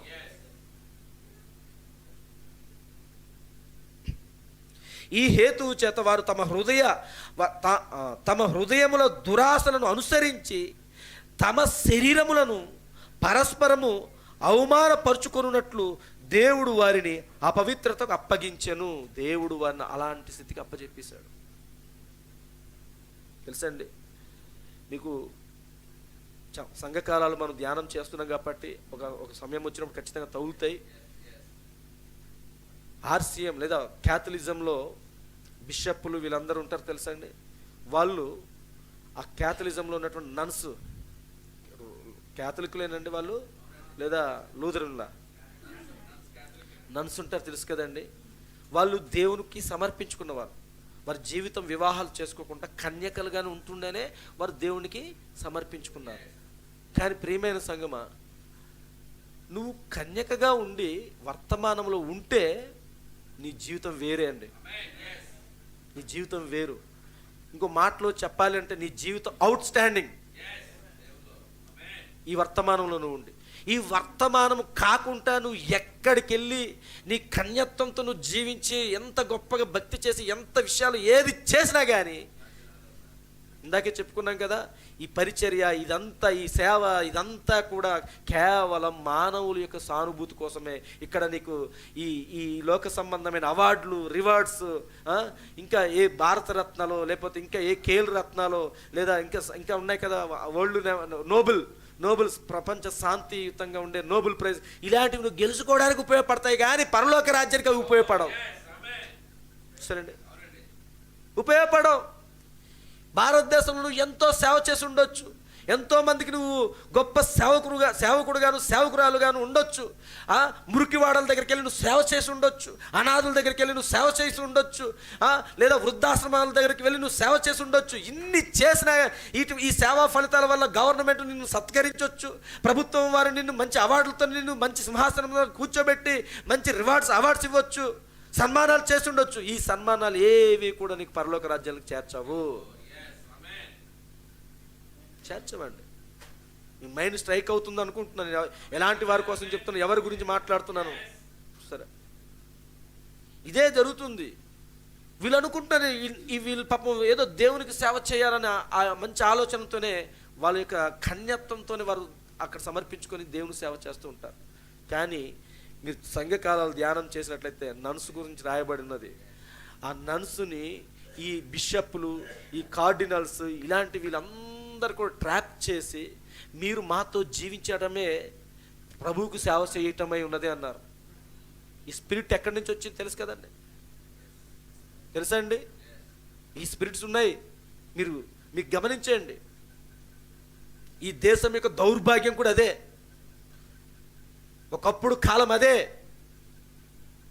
మేము దేవుళ్ళతో సమానము కాబట్టి మీరు మాతో జీవించినా, మాతో మీరు సంతానోత్పత్తి కలిగి ఉన్నా అదేం తప్పు కాదు. ఇదే స్పిరిట్స్ ఇప్పుడు ఎక్కడున్నాయి? క్రైస్తవ్యంలో ఉంది. కన్యకలుగా ఉన్నటువంటి ఆ నన్స్ ఎంతో మంది గర్భవతులుగా మారి వారు ఆ గర్భస్రావంలో తీసివేసినప్పుడు ఆ యొక్క ఆ చర్చెస్ వెనకాల ఉన్నటువంటి ఆ పెరట్లలోని వాటిలోని ఎన్నో సమాధులంట ఉంది. మీరు చదవండి, చరిత్ర చెప్తుంది, అది చరిత్ర చెప్తుంది. అది ఇవన్నీ కూడా ఇదిగో ఇక్కడ కనబడుతుంది. ఈ హేతువు చేత వారు తమ హృదయముల దురాశలను అనుసరించి తమ శరీరములను పరస్పరం అవమానపరుచుకున్నట్లు దేవుడు వారిని అపవిత్రతకు అప్పగించును. మన శరీరము, ఈ భౌతికంగా ఉన్నటువంటి శరీరంలో ఉన్నంత కాలము మన శరీరంలోని ఆ యొక్క లైంగిక గ్రంథులు ఉంటాయి. నువ్వు పరిశుద్ధాత్మ బాప్తిజం పొందుకున్నా, నువ్వు పరిశుద్ధాత్మ బాప్తిజం పొందుకోలేకపోయినా అవి కలిగే ఉంటాం.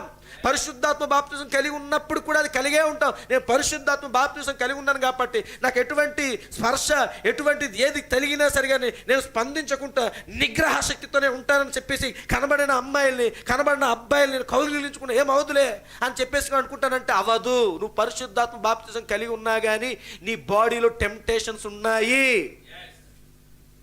అందుకే పురుషుడు కౌగిలించుకోవాలి, స్త్రీలు కౌగిలించుకోవాలని ప్రవక్త చెప్తూ ఉన్నారు. అంత అమెరికా దిగజారిపోయినటువంటి భయంకరమైనటువంటి వస్త్రాలు లేని ఆ యొక్క దిగంబరులుగా ఉన్నట్టు అమెరికాలోనే అంతగా ఆయన ఖండించి అన్నీ చెప్తుంటే మనముకి ఆలోచించాలి. మన దగ్గర అంత దిగజారిపోయి తన లేకపోయినా సరే ఇప్పుడు అదే స్థితిలోకి దిగజారిపోతున్నాం. అక్కడి నుంచి వచ్చిందండి వర్తమానం. ఏది ఇండియాలోని ఇక్కడ ఉన్న సాంప్రదాయాలు, ఇక్కడ ఉన్న పద్ధతులను పెట్టి ఇదిగో మీరు మేకప్లు వేసుకోకూడదు, ఇదిగో ఒకప్పుడు మనం భారతదేశ సాంప్రదాయం చూస్తే మేకప్లు కనబడవు ఉన్నాయండి. ఒకప్పుడు మన ఇండియన్ యొక్క సాంప్రదాయాలు చూసినప్పుడు కట్టుబొట్ల విషయాల్లోకి వచ్చినప్పుడు స్త్రీలకు అసలు ఆ యొక్క పై వస్త్రాలే లేవు. పరిశుద్ధాత్మ ప్రేరేపించేస్తుంది ఇలా వస్తున్నాయండి, లేవు, పై వస్త్రాలు లేవండి. అలాంటి భారతదేశం మంది. కానీ ప్రవక్త భారతదేశాన్ని ఉద్దేశించి చెప్పట్లేదు. అమెరికా దేశంలో ఉన్న పరిస్థితులను చూసి చెప్తుంటే అవి మనకి ఇప్పుడు అవసరమైపోయాయి. మన దేశానికి అవసరం అయిపోయింది. ఒంటి నిండా స్త్రీకి వస్త్రాలు ఉండాలని మన దేశానికి ఇప్పుడు మన దేశం దిగజారిపోయింది. ఏ సైజు కావాలి ఆ సైజు క్లాతే కొంటాడు. టైలరింగ్ ఇచ్చినప్పుడు ఆ సైజు కుట్టించొద్దు బాబు, ఇదిగో షార్ట్, చిన్న షార్ట్ లో మరి ఇక్కడికే ఉండాలి. మరి బాబు ఇంత క్లాత్ ఎందుకు నాయన అంటే, అంతే నా క్లాత్ నా ఇష్టం, అది వేసేసుకుంటాడు, తిరిగేస్తాడు. ఆ అండర్ వేర్ లోపల ఉన్న అండర్ వేర్ బయటికి కనబడాలి, అది ఫ్యాషన్. ఇప్పుడు వెనకాల వాడు వేసుకున్న అండర్ వేర్ కంపెనీ కూడా చదివేస్తాడు వెనకాల ఉన్న వాళ్ళు. అది వేసుకొని తిరుగుతూ ఉంటే ఈడు ఆ డ్రైవర్ చూసి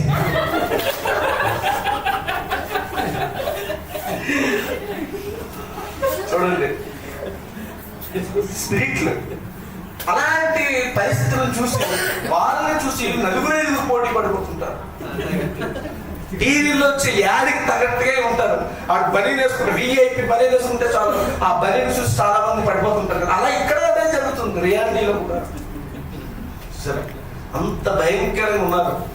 ఎవ్వరు కూడా ఒక సాత్వికంగా మృదువుగా ఉన్న పిల్లల వైపు ఎవరు పట్టించుకోరు కూడా. ఒరే ఆడేంటారు బాబు, ఆడితో మాట్లాడకూడదురా, అసలు ఆడికి కల్చరే తెలియదు, వాడికి మాట్లాడడమే రాదు. వద్దు, నీ ఆయుసుని పెంచుతూ ఉన్నాడు. ఆయన నిన్ను దర్శిస్తున్నప్పుడు నువ్వు ఇలాంటి నిర్ణయం తీసుకోవడానికి వీలు లేదు, నువ్వు ఇలాంటి అని చెప్పి నీకు నీ ఆయుసుని పెంచుతూ ఉన్నాడు. నీకు ఒక స్వస్థతని ఇస్తూ ఉన్నాడు. భయంకరమైన సిచ్యువేషన్లోను, భయంకరమైన ఆ వ్యాధితో నువ్వు పోరాడుతున్నప్పుడు, ఆ యొక్క హాస్పిటల్ యొక్క ఆ బెడ్ల మీద నువ్వు మరణ దశలో ఉండి ఆ యొక్క దేవుని కోసం పోరాడుతున్నప్పుడు దేవుడు దర్శించి ఇదిగో ఆ మరణ శైలి నుంచి బయటికి తీసుకొచ్చి ఆరోగ్యవంతుడిగా నిన్ను మలిచి మంచి స్వస్థతనిచ్చి నిన్ను నిలబెట్టినప్పుడు, నీ ఆయుసును పెంచుతున్నప్పుడు నువ్వేం చేస్తావు? ఏం చేస్తున్నావు? ప్రవక్త అన్నాడు, హిజ్కియా గురించి మాట్లాడుతున్నప్పుడు ఆయన ఆ కాలంలో ఏం చేశాడు అంటే కాలయాపన చేసి నిర్లక్ష్య వైఖరి వహించి మరణము. ఈసారి ప్రవక్త అంటున్నాడు, అక్కడ అసలు మొదట్లోనే చనిపోయి ఉంటే బాగుండు అన్నాడు ప్రవక్త.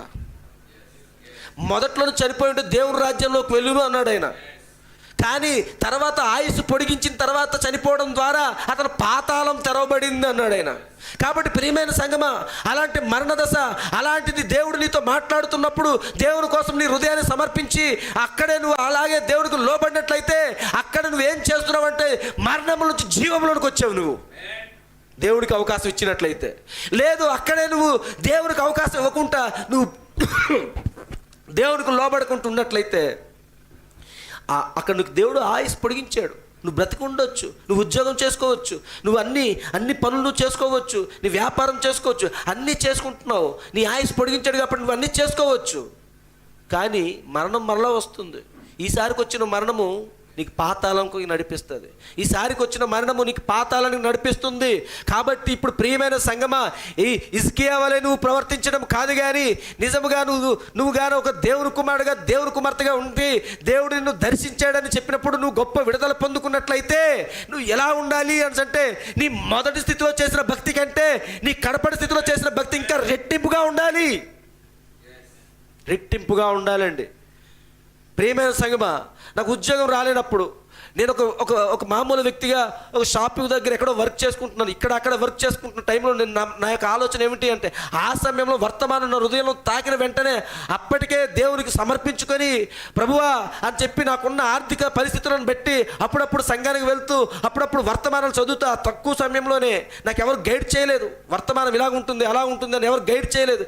వర్తమానం పరిచయం చేసిన వ్యక్తి పరిచయం చేశారు అంతే. కానీ వర్తమానం ఏమై ఉన్నది, వర్తమానంలో ఉన్నటువంటి ఈ లోతైన అంశాలు ఏంటి నాకేం తెలియదు. కానీ నాకు నేనుగా కొన్ని వర్తమానం స్టడీ చేసుకుంటున్నాను.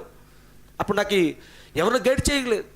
నా ఒకటే అనుకున్నాను, ప్రభువా నేను అసలు సంఘానికి ఒక్క వారం కూడా మిస్ అవ్వకుండా వెళ్ళాలి, నేను ఏదైనా చెయ్యాలి ప్రభువా, దానికి తగినట్టుగా నాకు ఏదో ఒక ఆశ్రయము లేదా ఆధారం కల్పించి ప్రభువా అన్నప్పుడు దేవుడు ఉద్యోగం ఇచ్చాడు.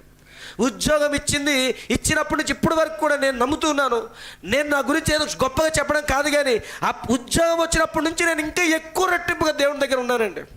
ఇంకా ఎక్కువగా ఆయనతో నేను గడుపుకోవడానికి ఇష్టపడుతూ ఉన్నాను. చాలామంది ఉద్యోగాలు లేకపోతే ఏదైనా సరే కొంచెం దేవుడు వారి పట్ల ఆశీర్వదించినట్లయితే కొద్ది రోజులు అయ్యేసరికి వాళ్ళు ఏమైపు నిర్లక్ష్య వైఖరి మొదలు పెడుతున్నారు.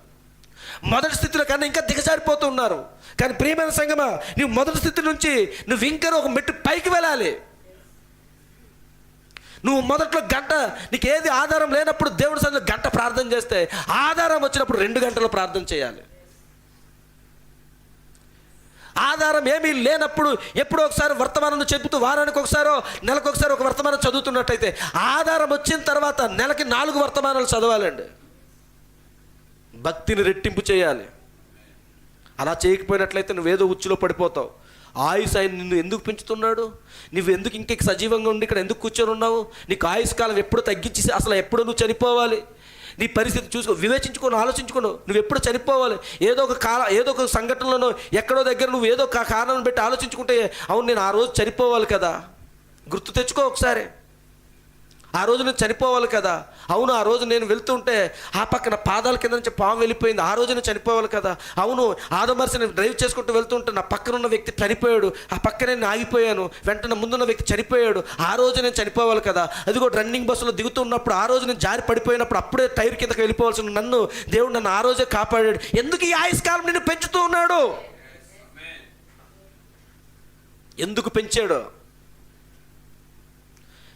అప్పుడే ఆ భయంకరమైన వ్యక్తి చేతిలో చిక్కిపోయిన జీవితాన్ని నాశనం చేసుకోవాల్సింది దేవుడు నన్ను తప్పించాడు. ఎందుకు? ఆయుష్కాలం ఎందుకు పెంచాడు నిన్ను? ఇసుకే వాళ్ళు దిగజారిపోవడానిక? లేదా ఇదిగో ఒక స్టెప్ ముందుకు వెళ్ళి, హల్లెలూయా, ఒక స్టెప్ ముందుకు వెళ్ళి దేవునితో ఇంకా సమీపంగా జీవించడానిక? ఆలోచించుకోవాలి, నిర్ణయం తీసుకోవాలి. త్వరగా చేయాల్సినటువంటి కాలం ఇది. త్వరగా చేయవలసిన ఒక కార్యం కోసం నువ్వు వేగిరి పడాలి. అది అశ్రద్ధ చేయవద్దు. ఈ భూమి మీద నువ్వు కోరుకోవాల్సింది, సంపాదించాల్సింది ఏదైనా అది ఉన్నది అని అంటే అది పరిశుద్ధాత్మ బాప్తిసం తప్ప ఇంకేది కాదు. అదే కాబట్టి ప్రియమైన సంఘమా, ఆ స్థానంలోనికి సంఘంగా మనం అందరం రావాలి. ఏ ఒక్కరు దీనికి అవిధేయులుగా ఉండొద్దు. ఆ రోమీలకు రాసిన పత్రిక 1వ అధ్యాయం దగ్గర మనం చదువుకున్న 15వ వచనం నుంచి చివరి వచనం వరకు ఉన్నటువంటి 17వ వచనం వరకు చూసిన ఈ కార్యాలన్నింటిలోని పరిశుద్ధాత్మ ఎలా పనిచేస్తుంది, ఎవరి మహిమ ఎవరి దగ్గరికి వెళ్తుంది, ఎలాంటి బోటకాలు, ఎలాంటి అది నిజమా అబద్ధమా కూడా తెలియకుండానే, ఏ ఆధారాలు లేకుండానే ఊహాజనితమైనటువంటి పెట్టకథలు లాంటి వాటిని పట్టుకొని ఈరోజు మనం దేవుళ్ళు దేవతలుగా మనం వెళ్ళిపోతున్నాం. కానీ సజీవమైన దేవుడు, ఎన్నో ఆధారాలు ఉన్నాయి, ఎన్నో ఆధారాలు కనబడుతున్నాయి ఈ రోజుకు కూడా. ఏమండి, ఒకప్పుడు సొలొమోను చెప్పాడు, ఆయన కట్టించిన దేవాలయం గురించి ఆయన దేవుని దగ్గర ఒక ఆజ్ఞను పొందుకున్నాడు, లేదా ఒక విన్నపాన్ని దేవుని సన్నిధిలోకి విడిచిపెట్టాడు. ఏమిటి అంటే, ఎటువంటి పరిస్థితిలో ఉన్నా కానీ, ఏ స్థితిలో ఉన్నా, ఈ ఇజ్రాయేలుడు ఎక్కడున్నా, ఎలాంటి పరిస్థితుల్లో ఉన్నా కానీ ఆ యెరూషలేం దేవాలయం వైపు వారు తిరిగి ప్రార్థన చేసినట్లయితే వారు విడుదల పొందుకున్నట్లు ఆ చక్కని అవకాశము మరి సొలొమోను ప్రార్థనకు దేవుడు ఇచ్చాడు. అంతేనండి. ఇప్పుడు ఈరోజు మనకు కూడా అవకాశం దేవుడు ఇచ్చాడు. అదే యెరూషలేం, ఇప్పుడున్నటువంటి అదే యెరూషలేం దగ్గర మనకి సజీవమైన సాక్ష్యం ఉన్నది. ఆ సజీవమైన సాక్ష్యం వైపు మనం తిరిగి చూడాలి. నువ్వు దేనికి భయపడుతున్నావు? అంతిమంగా ఈ మనిషి భయపడే దేనికి? మరణానికి. ఒక రోగం అవ్వచ్చు, ఏదైనా ఒక వ్యాధి వచ్చింది, ఎక్కడ నడిపిస్తుంది? చివరికి మరణానికి. అంతేనండి. కాబట్టి మనిషి యొక్క అంతిమమైనటువంటి ఆ ముగింపు ఏమిటంటే మరణమే. కాబట్టి ఆ మరణకరమైనటువంటి కాలంలో ఉన్నటువంటి మనము ఎక్కడికి చూడాలి అంటే యెరూషలేంలో ఉన్న ఖాళీ సమాధి వైపు. ఈ రోజు కూడా యెరూషలేంలో ఉన్నటువంటి ఖాళీ సమాధి వైపు నువ్వు చూసినట్లయితే అది ఖాళీ సమాధిగా ఉన్నది అంటే ఏదో రోజు నేను కూడా ఆయన ఎలాగైతే సజీవుడిగా ఉన్నాడో మనము కూడా సజీవులుగానే ఉంటున్నాం. అక్కడ ఆయన ఎలాగైతే మరణాన్ని జయించాడో ఆ మరణాన్ని జయించినటువంటి ఖాళీ సమాధి వైపు ఈరోజు నువ్వు చూడు. సొలొమోను కంటే గొప్పవాడు చెప్తున్న సంగతులు ఇవి. సొలొమోను ఆ మందిరాన్ని కట్టినప్పుడు ఆ మందిరము పడగొట్టబడింది. కానీ సొలొమోను కంటే గొప్పవాడు కట్టినటువంటి మందిరం ఇప్పుడు ఉంది. ఆ మందిరం వైపులో ఉన్నటువంటి ఆ మందిరం ఖాళీ సమాధి ఉంది. హల్లెలూయా. పిరమిడ్లో లోపల ఏమున్నాయి చెప్పండి ఇప్పుడు సైంటిఫిక్గా? అంతేనండి. కాబట్టి మనకు ఒక సమాధి ఉంది, ఖాళీ సమాధి. మన పిరమిడ్లో కూడా ఖాళీ సమాధి ఉంది. అక్కడ ఆ సమాధి ఖాళీ చేయబడి ఉన్నది. ఏంటి ఆ సమాధిని? ప్రభువైన యేసుక్రీస్తు సమాధి. అది ఇప్పుడు అక్కడ లేదు. ఇప్పుడు ఆయన ఎక్కడ ఉన్నాడు? తలరాయిగా ఉన్నాడు. ఆయన ఇప్పుడు తలరాయిగానే వచ్చాడు. ఇప్పుడు ఆయన సమాధి ఖాళీగా ఉంది. అటువైపు ఈరోజు మనం చూడాలి. మరి దేవుడి కొద్ది మాటలు దీవించినట్లుగా మనం ఈరోజు ఈ వర్తమానంతో దేవుడు మనతో మాట్లాడాడు.